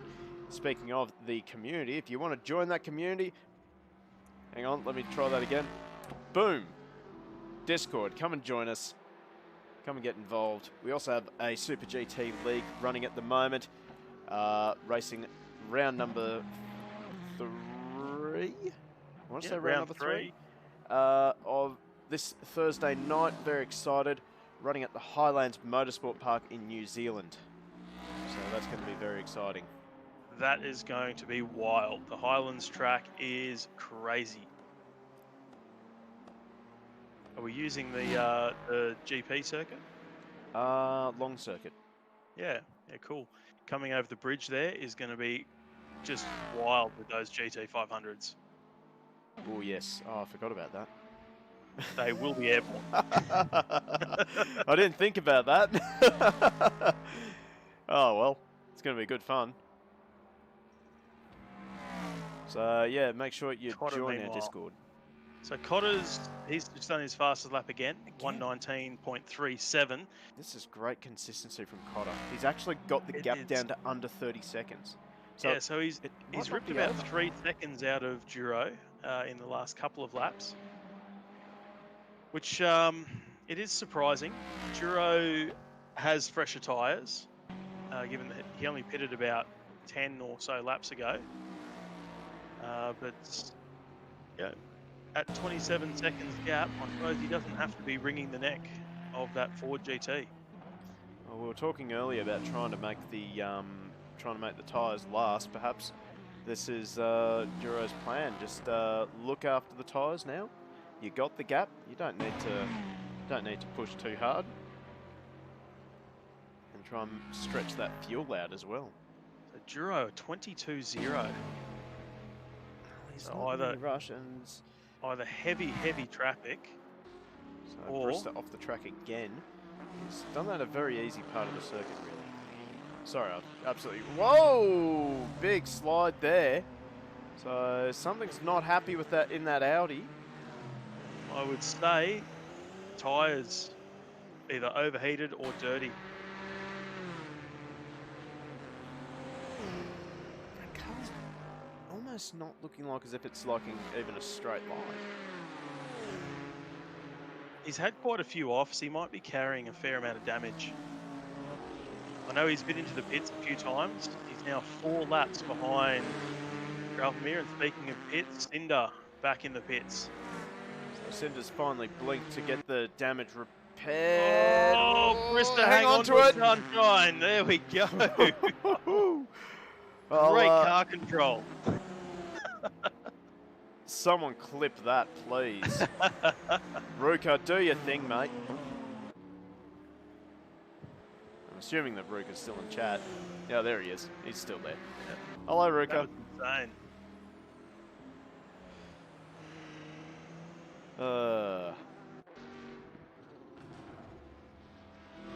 So, Brista, I think maybe just trying to drive a little bit too hard. Oh, get that trophy out of the chat, Ruka. Honestly, I'm going to ban that emoji.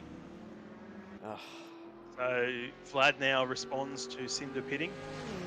So now those guys got an hour to make this this set of tyres and fuel last. Yeah, no, I think those guys will definitely be coming in for another pit stop. So Cotter now does a 22. So lap traffic possibly involved there. Turbo a 21.6. The gap from Turbo to Cotter though is 9.7 seconds. So as Brista now back into the pits again. So I'd say maybe Dave has just decided to turn this into a bit of a test session, just to try and get a little bit more time in the car. I don't think Dave really gets a lot of time to practice. In fact, he's doing a drive-through.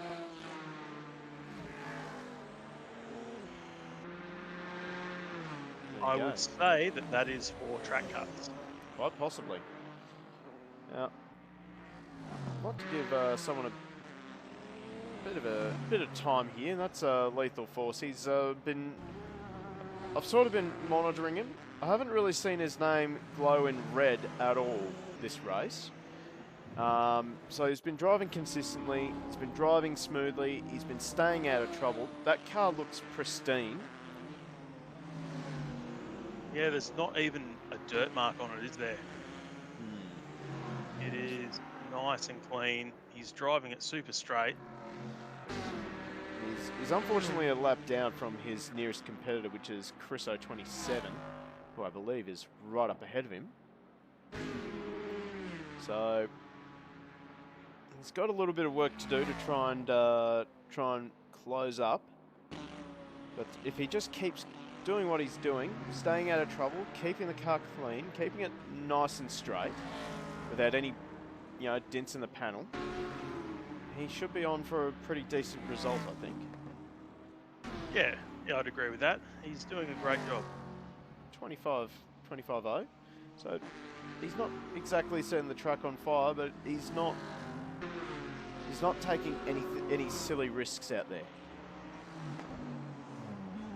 He's certainly doing everything right when it comes to being lapped as well, holding his line, making himself predictable.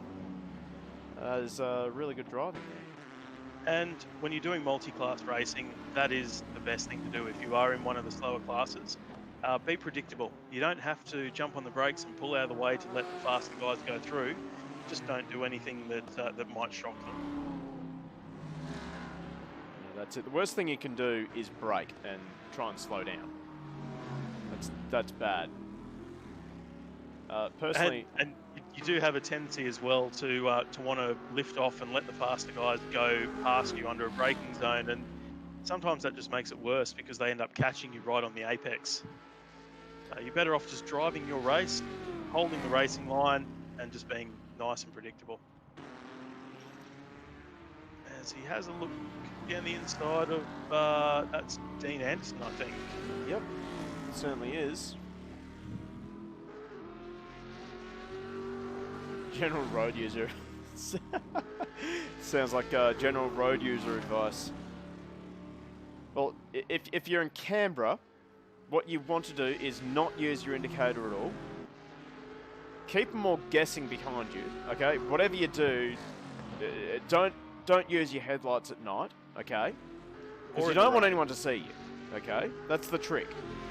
Yep, and bonus points if you can be on your phone. Yep. And circles, make sure you straight line every single circle, whether and someone's beside you or not. Nobody knows what the rules are for a circle, so it's basically Mad Max. Yep. Get to a circle and just, close your eyes and pray for the best. That was a little bit wild. I think Lethal was expecting Dean to do that.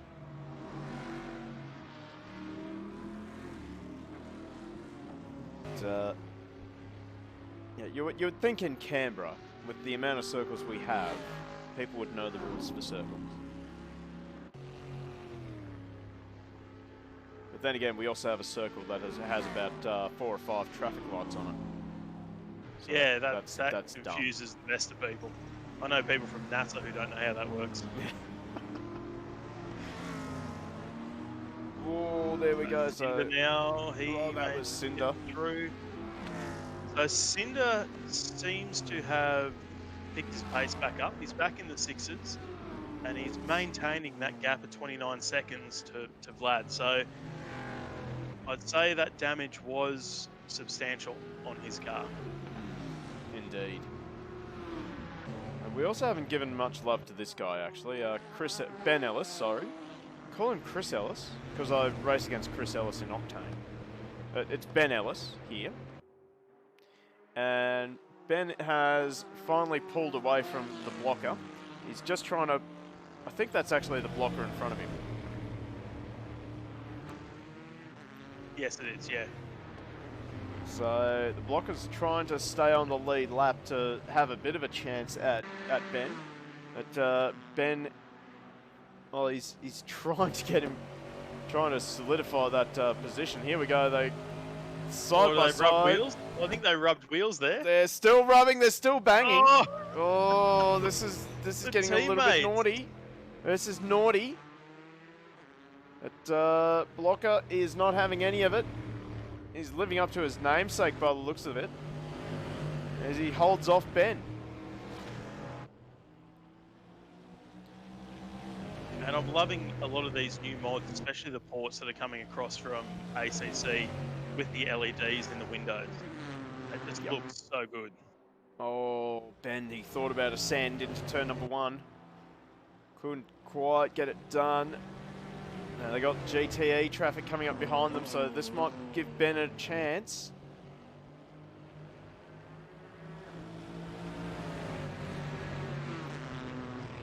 So, that's actually Steve Duro just behind. Let's have a look at what he has to see out in front of him. I mean, what are you thinking if you were Steve? And there you go! There we go. Well, that was always going to happen, wasn't it? And in fact, Ben's actually pulling back. So you just saw that coming down the hill. I think the Camaro guys just trying to have a little bit too much fun. Yeah, especially when you're in front of a couple of guys who aren't racing you. And in fact, that's Ellis there now slowing down to let Blocker catch up to him. And Jeez, Blocker decides to go down the dirt through the motional time. This is not going to end well. We've got more faster cars coming up behind. What's he doing on the dirt? I have no idea. So now we have all 3 Camaros. Oh, I think Ellis just got punted by Buller. So, yeah, there's definitely been contact between the two of them. Jeez, I don't know what's going on here. The Marlboro Camaro team, there'll be some chat in the garage tonight, that's for sure. Well, maybe not. Jeez, this is just a little bit silly, I think, from all 3 of them. But anyway, I'm sure stewards will get right on top of that.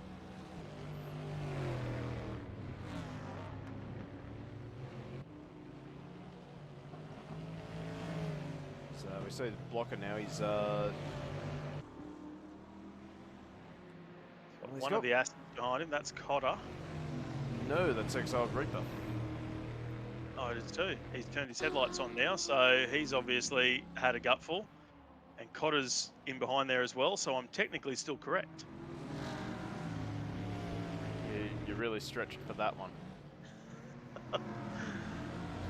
As Vlad now does the fastest lap of the race, a 104.6. Wow. There we go. That is fast. That is boot on the neck, not letting Cinder catch him anymore. Yeah, so he's pumped that gap back out to 32, nearly 33 seconds. So as Exiled Reaper slides in behind his teammate. And also, thank you to ATB001 for the follow. Much appreciated, mate. Make sure you hit the notification bell as well, so that you know when we're going live again. That way you don't miss out any of the action. Of course, tomorrow night we are racing again. AK Racing EV8 Series from Albert Park. So if you like V8 supercars, if you like sim racing, you might want to clear your schedule tomorrow. We have got Grid 2 and Grid 1.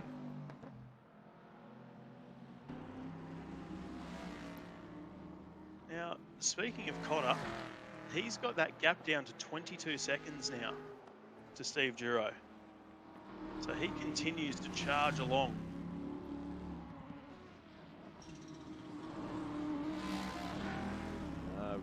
Ruka asking, is Chris racing in that one? He certainly is. So hopefully you're going to have a much better experience than what you did at Adelaide. That was a bit of a struggle.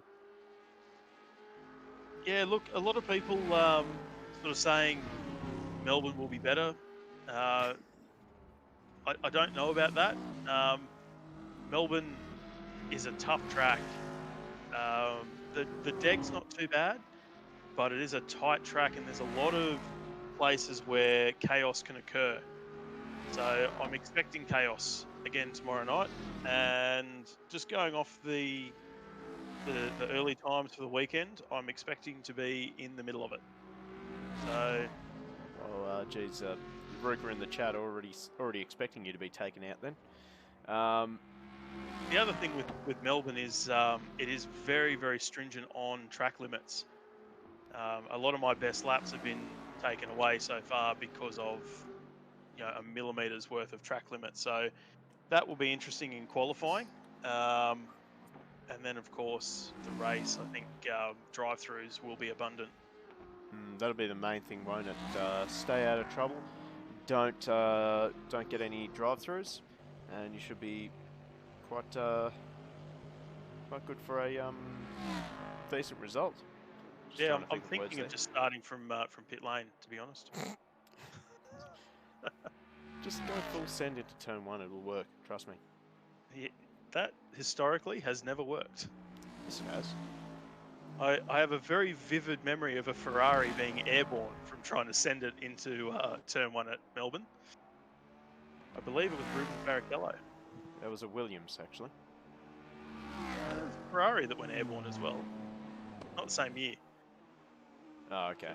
Might not have been Barrichello. That's it. Don't worry about tomorrow night's racing though, Chris. Ruka's going to be on your stream giving you helpful hints. I love his helpful hints. They tend to come up right in the middle of braking zones. Yeah. Yeah, I've noticed that. So, try and find someone else we can pick on. Vanderham is certainly just again. I think Vanderham is running tomorrow night as well. Yes, he would be. I believe he's on grid 2 though. I wish I was on grid 2. Why? You're getting better in grid 1 though. Yeah, but better competition. Yeah, but better. You're not going to get better if you're always winning, mate. Oh, jeez, look at the damage on the side. Yeah, I was about to say that. He's broken the glass, got the perspex. That's amazing. Yeah, I was about to say it's perspex, not glass, but he's actually shattered the perspex. Yeah, that's a new one. I haven't seen that before. It's yeah, it's amazing.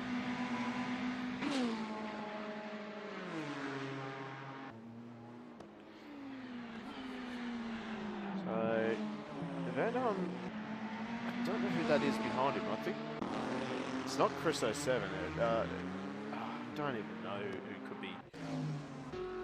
Trying to find who it is that's sitting behind Vanderham at the moment. It's Turbo S4. So Turbo S4 is trying to put a lap down and secure that 3rd position. But Vanderham's really not making it easy. Cotter takes another second out of Duro. So Brister off the track again. Yeah, he's doing some grass cutting in the Audi there. Vanderham's got a nice flow going with the car at the moment though. He's into a nice rhythm. Well, right on board with him for a little while. In fact, I have a feeling that he's actually unlapped himself from Chris 07. Yeah, he's pulling away. There we go, there goes Brister. If you wanted to know the speed difference between LMP and GTE, there it is.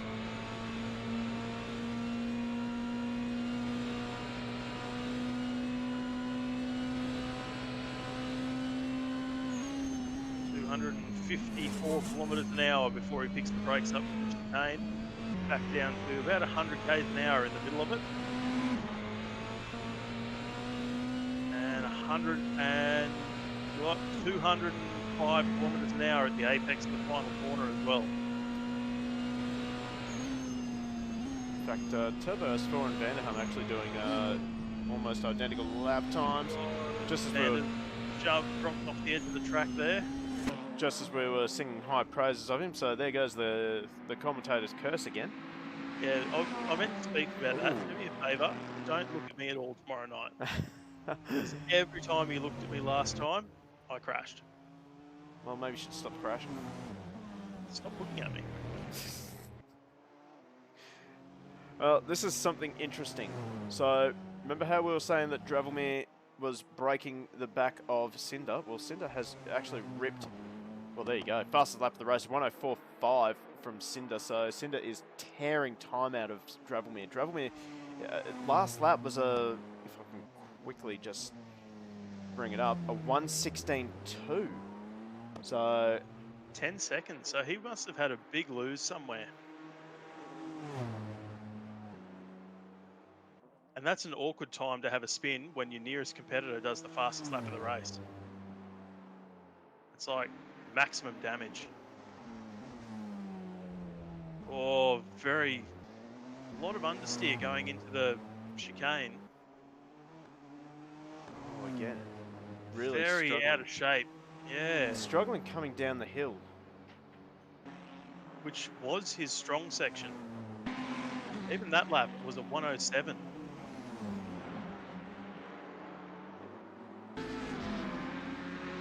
Cinder though now, he's dropped a bit of time on that lap as well. Ben Ellis does a 127.7 in a GT4 Camaro. That's it's quite quick. Yeah. So his best lap of the race. Oh geez, look at this angry gate with cars. That's Vanderham. He's actually dropped behind Turbo S4 again, so lost a lap. So Turbo S4, it's not a bad driver actually. Yeah, he's motoring along quite well. Yeah, certainly puts. He's in the slipstream now though, and he will be pretty keen to get that lap back. Because with 40 minutes to go, there's still a lot to play out in this race. Here we go, up the inside for Vanderham. He's got to be careful, he is a lap down. Yeah, that's right. You've got to manage yourself well when you're a lap down. And especially when you've got pace as well. And it can be very, very frustrating being the car in front when the car behind you is a lap down and trying to unlap itself. And you're trying to catch the car in front of you as well. It'll be very, very frustrating when that lap car is showing the nose and generally interfering with your race. They've also got Exiled Reaper just in front. Is that Lethal Force? I can't remember. Nope, it's definitely Exiled Reaper. It's okay, I've got 40 minutes to learn which cars everyone's in. So, so here we go. Vanderham. Almost 3 wide. So Vanderham's going to follow. No, he's not. Here we go. So Go for the dive. And oh, Exil's got a bad run onto the back straight. But I think that Aston's got a bit of straight line speed on it. Well, in comparison to the Ferrari anyway. Well, there we go. There goes a Porsche. Whoa, that was a bit desperate from Cinder. Looking for every inch. Well, every inch of slipstream, I think. Which way am I going to go? Oh, there's a touch Contact there. Oh, and again. another one. So, geez, I reckon that Discord will be... These guys, Exiled Reaper is a couple of laps behind. Yeah, but still, it doesn't give you an excuse just to give a bit of a nudge to someone. I wonder if that Discord is lighting up a bit. Yeah, I can't imagine that it wouldn't be. It will certainly be lighting up afterwards. Quite possibly. Ruka, shouldn't that be a blue flag? Technically, yes, but in endurance racing, the blue flag is more of a warning. Drivers are under no obligation to just jump out of the way. Having said that, there was really no reason for Exiled Reaper to make that difficult on Vanderham. Well, I mean, he is trying to catch Lethal Force in ninth. You can see actually the gap is coming down now between Exiled and Lethal, although now it's going back up. So it's the thing about endurance racing, because yeah, you might have dropped behind someone, but that could just be because you came into the pit lane. It's a very complex beast, endurance racing, people on different strategies, and especially the way this race has been playing out with Vanderham, he grabbed the curb there. That's not going to be good for him. But yeah, as this race has been playing out, we've seen people actually going for diverging strategies where we've got some people pitting earlier in the race and having a longer stint to the end, and other people trying to push the car as far as they can to shorten up that last stint. So it does put a lot of people out of sequence, and it probably won't sort itself out until the last probably 20 minutes of this race. No. We're looking at Steve Jura at the moment, a 121.6. I think this is one driver that you may have been referencing. He's trying to stretch these tyres out. He pitted at about minute 50. So he's trying, if I'm not mistaken, he's trying to go 70 minutes on a set of tyres and a tank of fuel. Now he is bleeding time at the moment to Matt Cotter, who, if I just saw that correctly, okay, here we go, a 119.6 versus a, let me just bring that up again, a 121.6. So and more reps. Cotter's fastest lap of the race, which is the fastest lap of the GTE, is a 19.4. So his consistency is amazing across the stint. He's not suffering too badly from the tyre deck, but he is definitely going to have to make another pit stop. There is no way that he will get to the end of this race on that tank of fuel.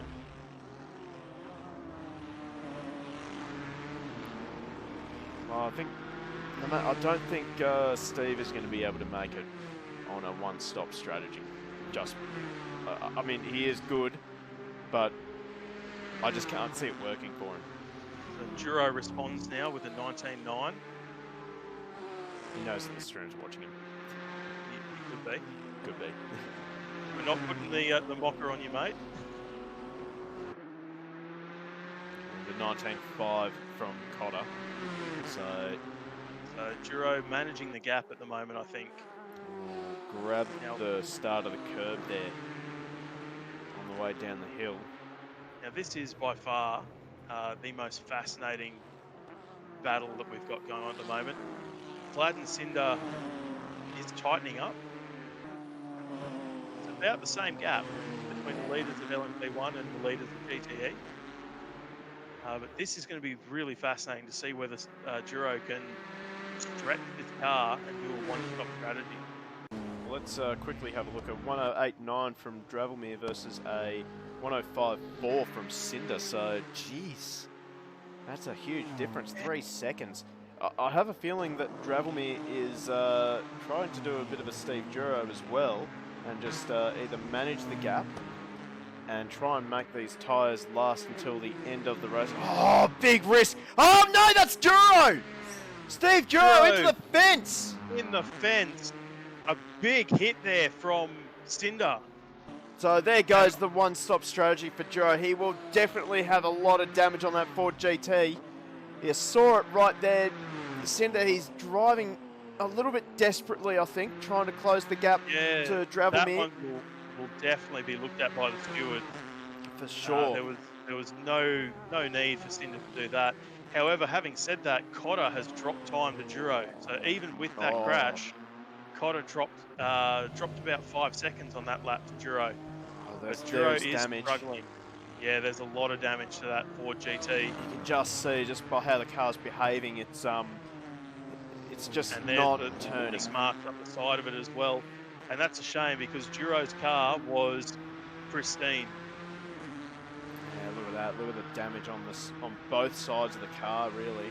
So he copped a fairly decent whack, and that put him into the fence. And once again, we see that the Perspex window has shattered. And that's substantial to shatter Perspex. Unbelievable. So anyway, does he pit? No, he doesn't. He's going to go again. He's going to try and make it work. That car is going to be... Oh, what is going on there? Did I just see... I did. I saw that Monaro coming up off... Camaro coming up the escape road at the starter turn of the final corner. So I don't know how Blocker's done that. He's gone well wide. I wonder if he had his pass handy to get himself back onto the track. So now the gap has stabilised again between Duro and Cotter. 15 seconds. So it's hovering around that 16-second mark. Something I want to see is Cinder's car. Has he got any damage on the side of his car? Again, I'm not sure that the LMPs have got Yeah. damage modelled. No, I don't think they do. So he would definitely be carrying scars from when he hit the fence down there after his first pit stop. He did come in for repairs though. But, I mean, I can understand Cinder's desperation. He is trying to catch Dravelmere, but patience is really needed there. But, you know, at the same time, I guess he's got nothing to lose because, well, he's got a 7-lap gap between himself and Brister. And that's correct, but especially as a faster car, interfering with a slower car's race like that can draw the ire of the stewards. That's for sure. And well, I mean, we've seen this in real life as well. The LMP cars showing maybe a little bit too much. What's the word I'm looking for? Perhaps I don't want to say impatience, but I guess making hasty decisions on track, and it has ruined a lot of races. And I mean, you've got to look at it as well. We're 90 minutes into this race now. Fatigue's starting to set in. The guys will be tired. They're looking at screens or in VR if they're running VR, and so their eyes will be starting to get a bit heavy. So it's easy for these little mistakes to start creeping in after 90 minutes of racing. And to be fair, LMPs, I'll tell you right now, in my couple of laps, my arms were getting pretty tired. They're pretty violent, especially around this track. Yeah, and it is that point of the race now where fatigue is going to play a factor. And just looking at the gap there between Juro and Cotter, it's blown out again. So is the damage actually that Cotter big? maybe. I wonder if Cotter's carrying damage as well. I can't see anything. The car looks clean. Or maybe the tyres are done. Yeah, he's used the best of those tyres. He did such a good job. He was running qualifying lap after qualifying lap after qualifying lap for such a long time. 122.6, yeah. So, and he's got no cars around him, so it's not traffic affected. I would say that he has reached the life limit of that set of tyres. Let's just have a look at the body language of the car for a little while, because that'll tell us. Well, we'll jump on board and we'll get a good look at what the driver's actually doing. So, he's not... It's nice through there.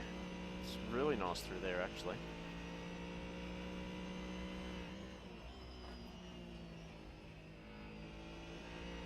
Struggled a little bit to hold the car on the apex.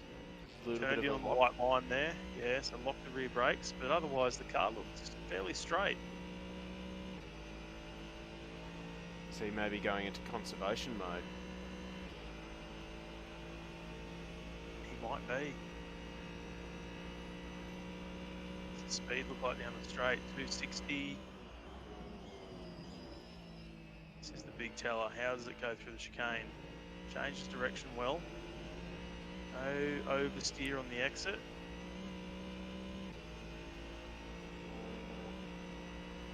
Yeah, no oversteer through the last corner. 119.6, so there we go. Yeah. There we go. So pace excellent car, but perhaps not the consistency. So, Chris, just a quick second. We're currently blessed at the moment because we literally have the best Twitcher in the world in chat. Okay. I'm not joking. His name is best Twitcher in the world. It's technically not lying. See, there we go again. Understeers, just struggling to hold it in the mid corner of some of the slower corners.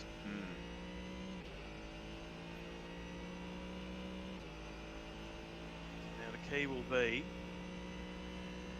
what's his lap time look like this time around? So Turbo S4 now in the pits. So the second, so maybe the second round of pit stops are just starting to come through for the GTE class. And thank you, the best Twitcher in the world, for the follow. You don't think it's Ruka, do you? Well, I can tell you, Ruka is definitely not the best anything in the world. Yeah, but I mean, he could change. It could be his sock account. I followed you. You have to say my name. Hold up.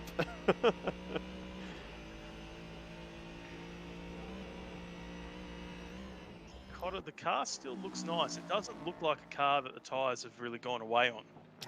He's making those little mistakes just coming up the hill there through the... Just grabbing... Oh, Cinder's got a penalty. I just noticed that up in the top corner. Cinder going through the pit lane. So perhaps cutting the corners a little bit too much. So Cutting the corners, or perhaps... I'll just move that over there so we can actually see that. Maybe it was in relation to his contact with Duro as well. Quite possibly. Quite possibly. So that should... Well, I'm not going to say it should because there's still 26 minutes worth of motor racing to go, but that takes a lot of the pressure off Vlad now. So Vlad's now got a laps buffer, and if my maths is correct, both of these guys are still yet to make a final pit stop in this race.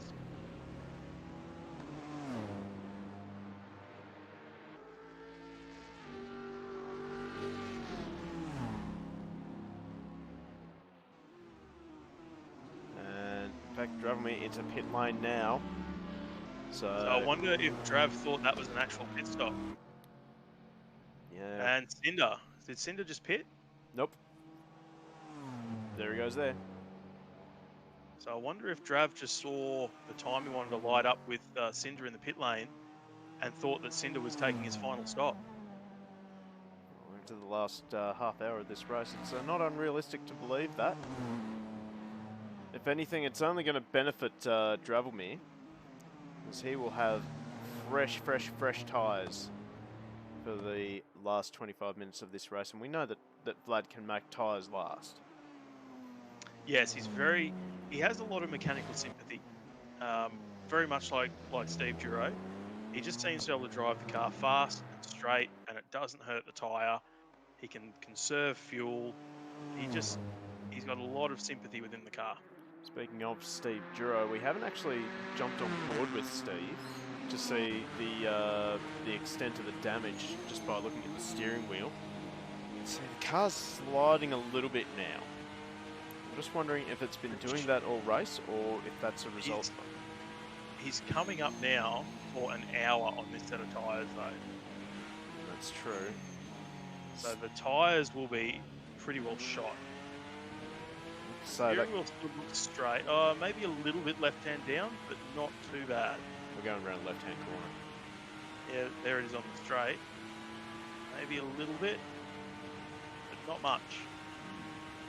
So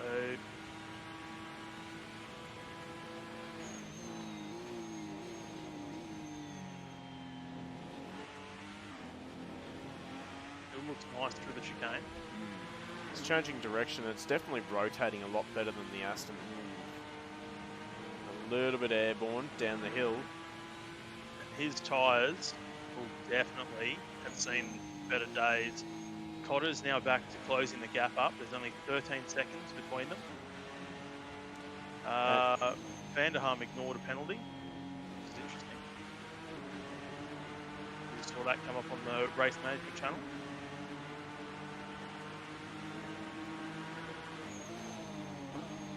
You know, also big ups to Steve Duro for doing a 2-hour race with a car that every time you downshift with makes that annoying little noise. The diff whine. No, that's not the diff whine. It's what that is. I looked it up. It's actually the compressor for the hydraulic gear changing or pneumatic gear changing, I think it is. So yeah, that's what that is. Yeah, there's definitely just a smidge of left hand down on that car at the moment. That is really annoying, that buzzing sound, actually. I know that the Audis, the GT3 Audis make the same noise.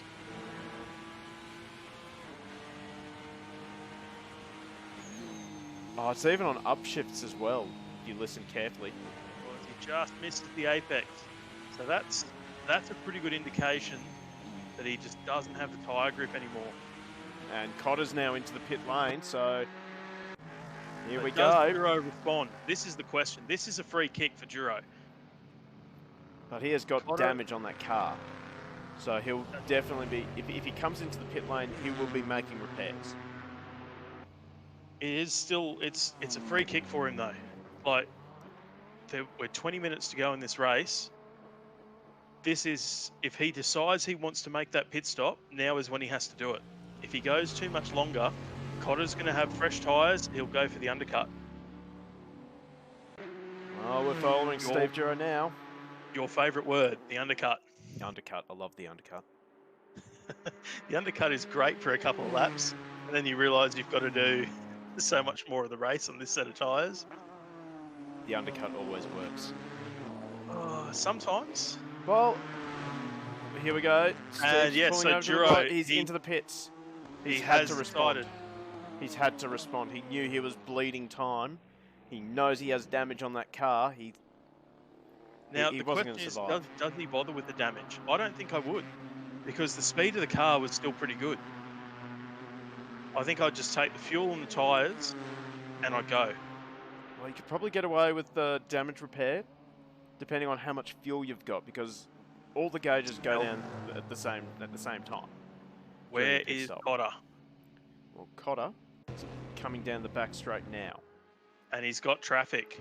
So he's just cleared it, but did the traffic play a part? Is Duro mobile yet? He is. Duro is mobile, so he will maintain the lead. What will the gap be, though? Just coming over the hill now. Duro is out on track again. And I reckon Duro might have extended that gap. Brista now trying to pick a spot. This is what Duro doesn't want. So no, he didn't extend the gap. It stayed more or less the same. No, it's come down. It's still coming down. 11.6. Did Duro actually repair the damage? He might have. It's hard to know. Obviously, yes, the bars do come down, but they come down at different rates in the pit stop. So tyres, fuel, and damage, it's all different. So it looks like the gap has stabilised at 10 seconds. So Duro lost 3 seconds.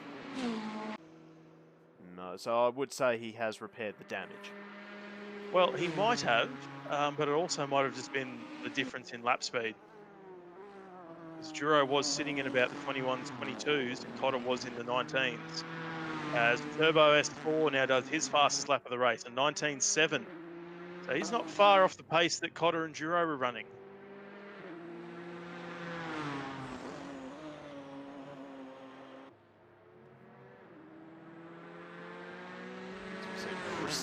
Brista seems to be running into all the GTE traffic at the best parts of the circuit, isn't he?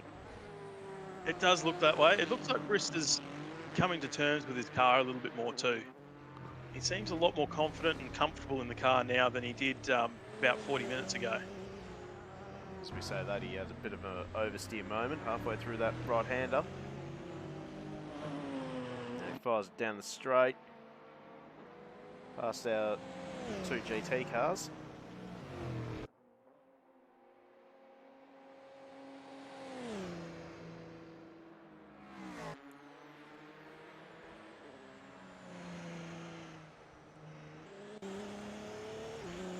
Right on board now with Brista. Spend maybe a lap or two with him just to see his steering inputs. The car's looking a little bit more stable now, so I don't know whether he's come in and made some changes just to try them. But,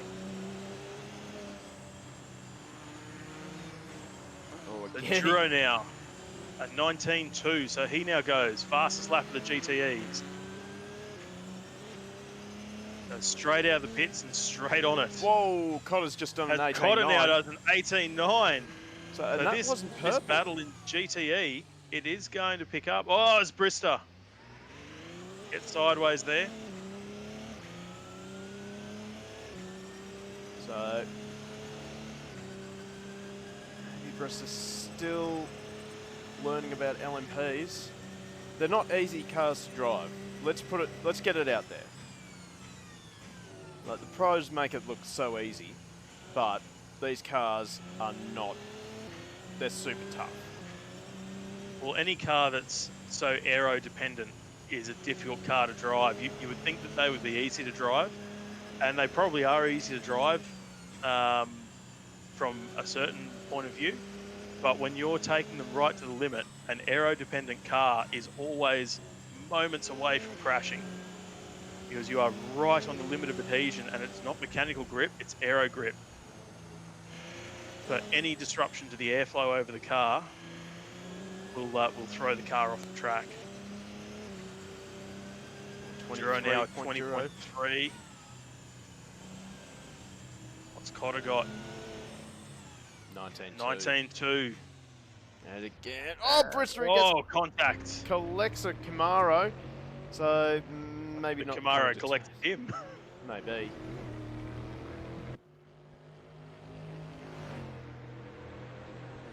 It just looks like he's struggling with a bit of over rotation in the slower corners. Yeah, and again, this goes back to the fact that it's an aero-dependent car. Finding that balance between high-speed grip and low-speed grip is very hard, because a car that turns well in the low-speed sections does not usually handle well in the high-speed sections. So it's a very difficult thing to sort of find that balance.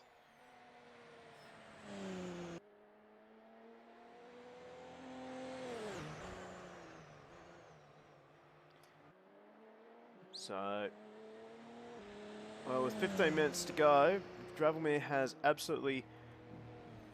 Let's bring up Dravelmere. He has absolutely blown away the LMP field. He's almost caught up to the back of Cinder to put him a lap down. Cinder has definitely had a trying race. That's for he's sure. had everything thrown at him tonight. Crashing, lap traffic, a drive-through penalty, and if my maths are correct, he still needs to complete another pit stop. Yeah, I don't think he'll get home. He's certainly pushing it uphill if he's going to try and make this on the current set of tyres he's had, because I think the last time he pitted was about an hour left in the race. Yeah, it would have been fairly similar, and I'm going to guess that's why Vlad took the pit stop after Cinder's drive-through, because it would have fallen pretty close to Cinder's pit stop window. So he's now stretching the car, and maybe he thinks he can make it. But at the end of the day, I think he's better off just coming in, taking the pit stop, and going back out and finishing the race, because he's not going to catch Vlad at this rate, and he's certainly not going to lose anything to Brister. So it's almost a free pit stop anyway.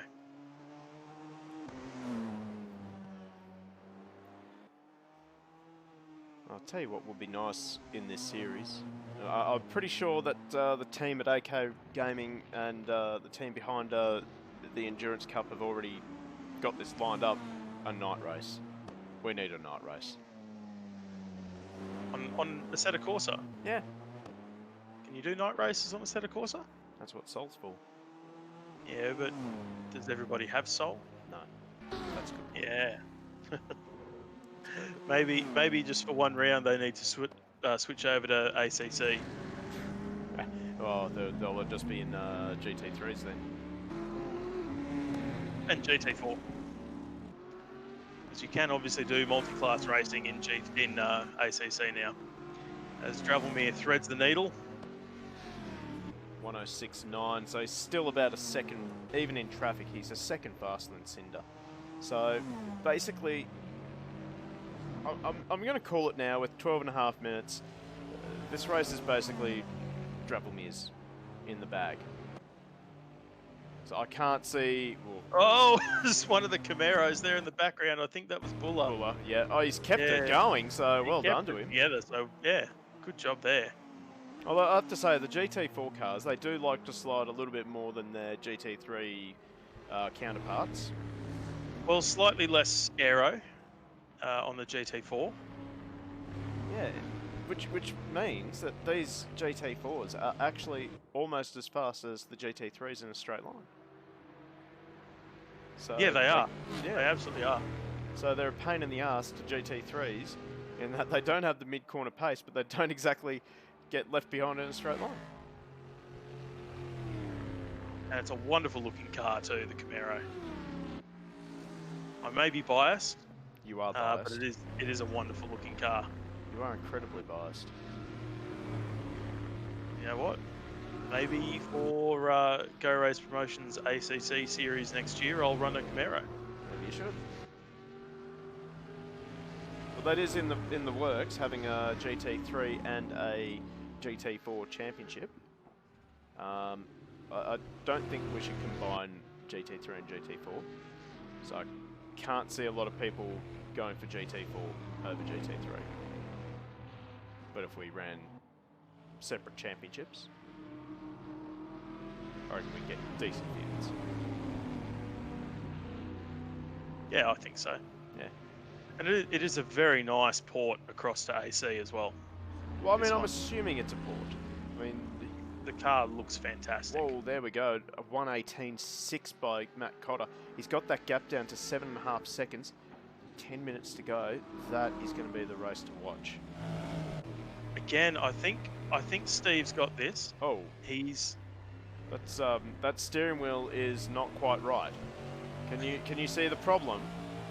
now that is definitely left hand down. Oh, Looks a little bit like my steering wheel in race 2 of the EV8 series a couple of weeks ago. yeah. Wow, that's quite big. It's quite significant. I think at this point you just want to come into the pits and get it fixed. Yeah, look, big props to him for. Spoke too soon. I was about to say big props to him for still continuing at race speed, but that's what happens. I know when that happened to me a couple of weeks ago, I was limping back to the pits to get that repaired. And if it's not just me, I think that car is crabbing now as well.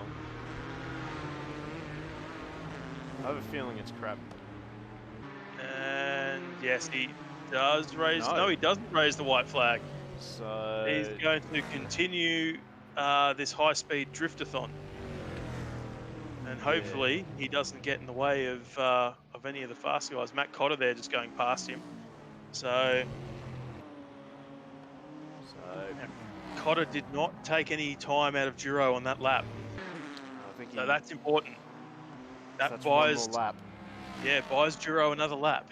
Every lap that Matt Cotter doesn't take some time out is another lap that Giro can relax. Again, Cotter just grabbing the gravel a little bit there. But still we are getting to that point now where, I mean, Cotter needs more speed. If Cotter's going to actually take the win in GTE, he needs to be about 1.5 to 2 seconds a lap faster than Giro. Because catching and passing are two very different things, and he's going to run out of time. At the moment, if he's only a second faster a lap, he's going to catch Giro on the last lap, and that's not going to work for him. Well, what he could really use is some assistance from the GT4 guys and maybe LMP and, well, just traffic in general. Traffic would definitely help him. Giro now does an 18.9. So Giro responds with his fastest lap of the race. And a 1:19.1 for Cotter, so he's now losing time. So Giro is really just down to managing this gap with 8 minutes to go. It's still not over. Absolutely not. This is one bad run through traffic away from being a magnificent finish to this race. But Giro at the moment, it looks like he's got pace in hand. I think Cotter is really at the grips limit with his car, and I think Giro's actually got something up his sleeve. But I'll tell you what, this drive back from Matt Cotter has been incredible. If you told me an hour ago that Cotter would be within 7 seconds of Steve Duro, I'd have told you to stop drinking. Or start drinking.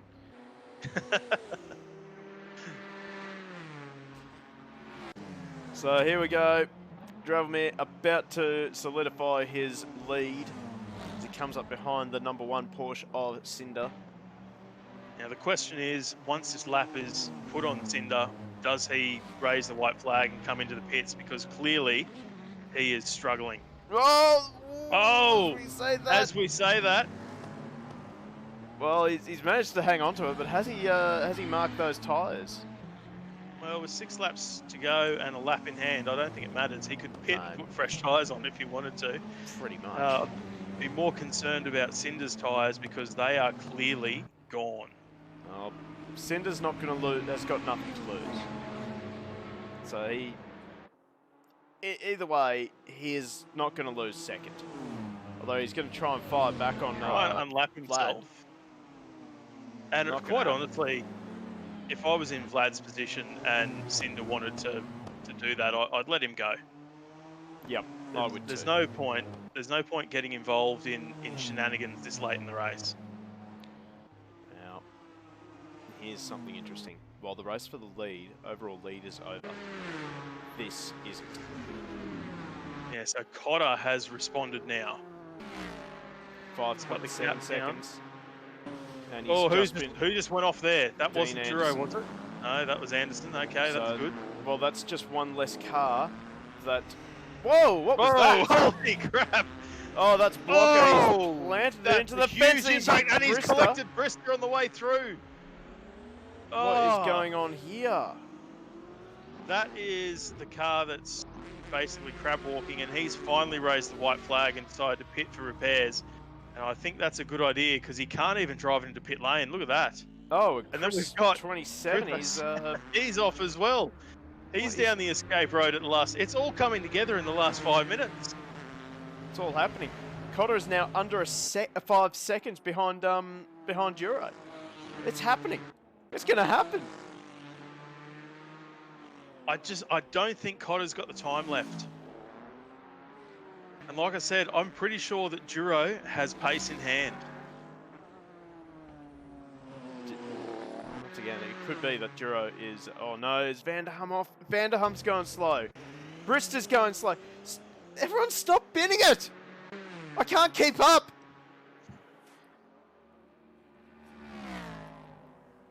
So... Cotter now.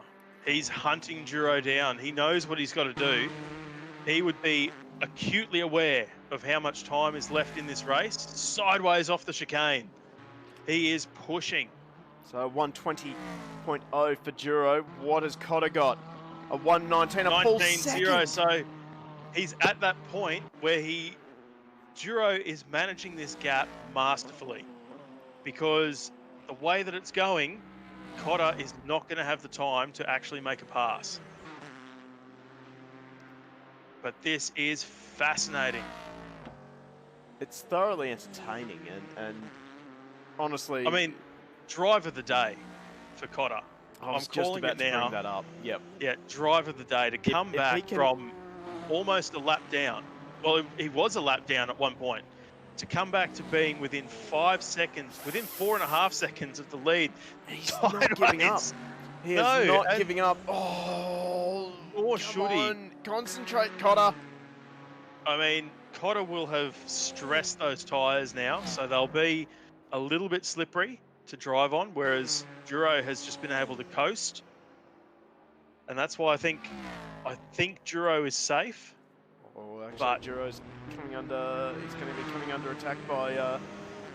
Although Brister has been showing a lot of restraint in that Audi. Duro's actually turned his headlights off now, so. Oh, here we go. Lap traffic up ahead. This could be it. The two Camaros. Oh, they do a great job. Great job getting out of the road. Oh no, Duro's losing time. That would have cost him a lot of time then. And yeah, the gap is now almost down to 3 seconds. But Cotter's 3 now got to deal seconds. with both the Camaros. One of the Camaros has straight lined the chicane there. That would be Buller, I would say, yep. Yeah, it is, yep. Ben Ellis, he's getting So, right out of the way. So Cotter can see Duro now. He can see that he's gaining. This is one of those little things when you're racing. When you're racing against somebody else, you're looking at where they are on the racetrack. So right now, he'll be going, I'm closer. I just went under that Motul sign and I'm closer to Duro than I was the lap before. He'll have some of the data as well, like leaderboard or something, and he'll be able to see that gap is coming down. And on consequence, Duro will be looking back and seeing Cotter's Aston getting bigger and bigger in his mirrors. The headlights are on the Aston. We're getting down to the final few. We're down to about 2 laps left to go on this race. This has been an absolute star drive from Matt Cotter. And you're right, that lap hurt Duro. So he did a 21 on that lap and Cotter did a 19. Oh, someone's off. Oh, no, it was... I think One that of was the LMP1 Dravelmere. cars.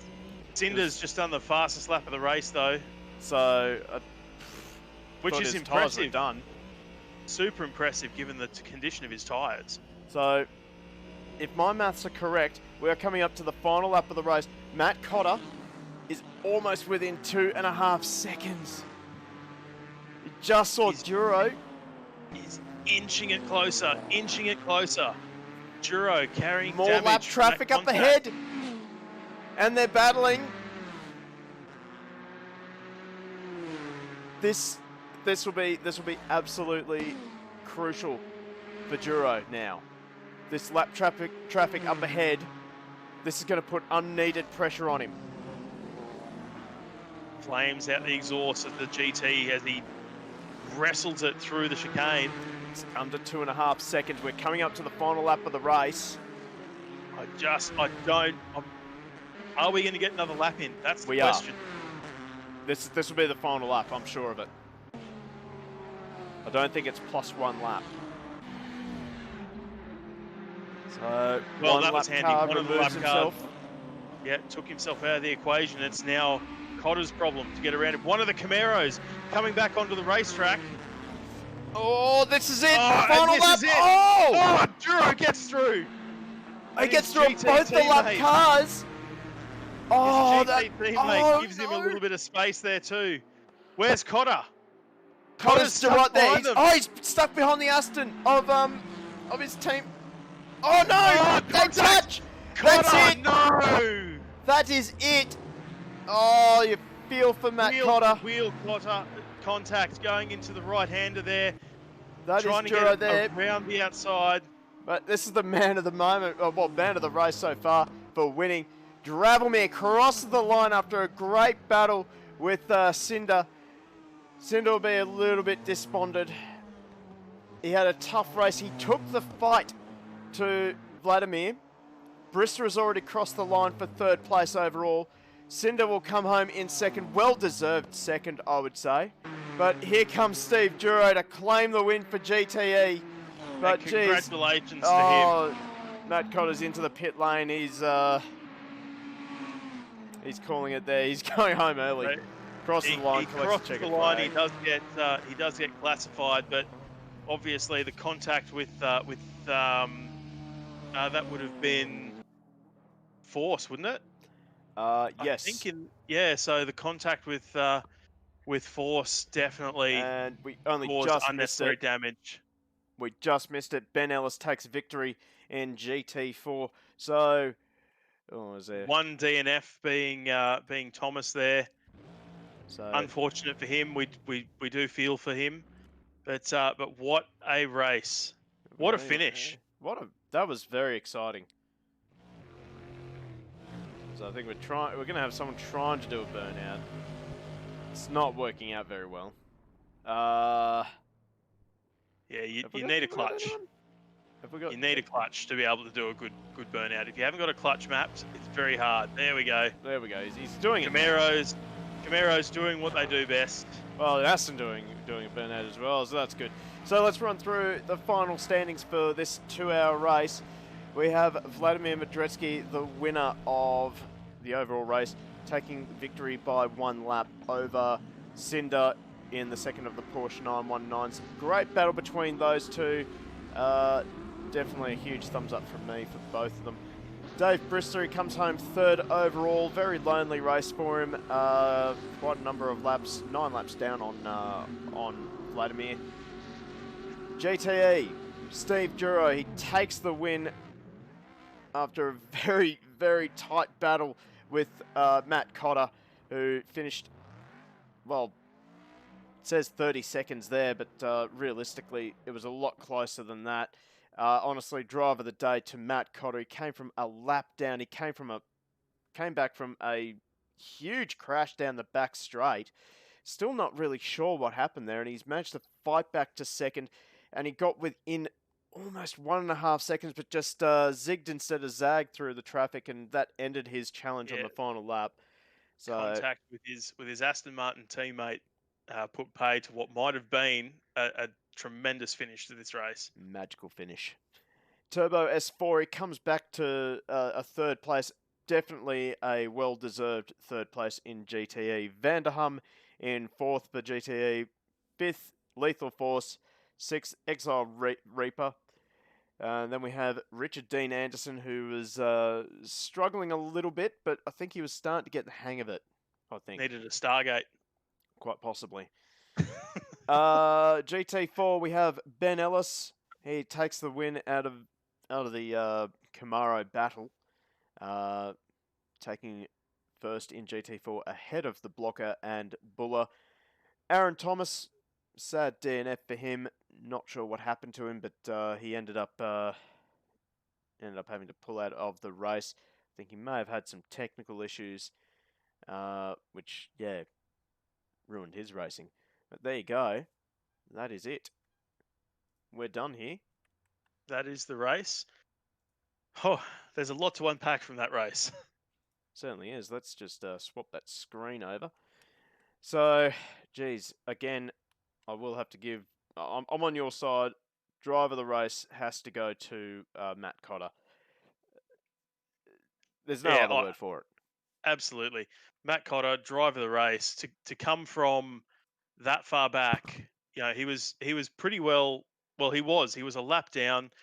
He made, I think, 2 extra pit stops over the top of Steve Duro, plus the drive-through.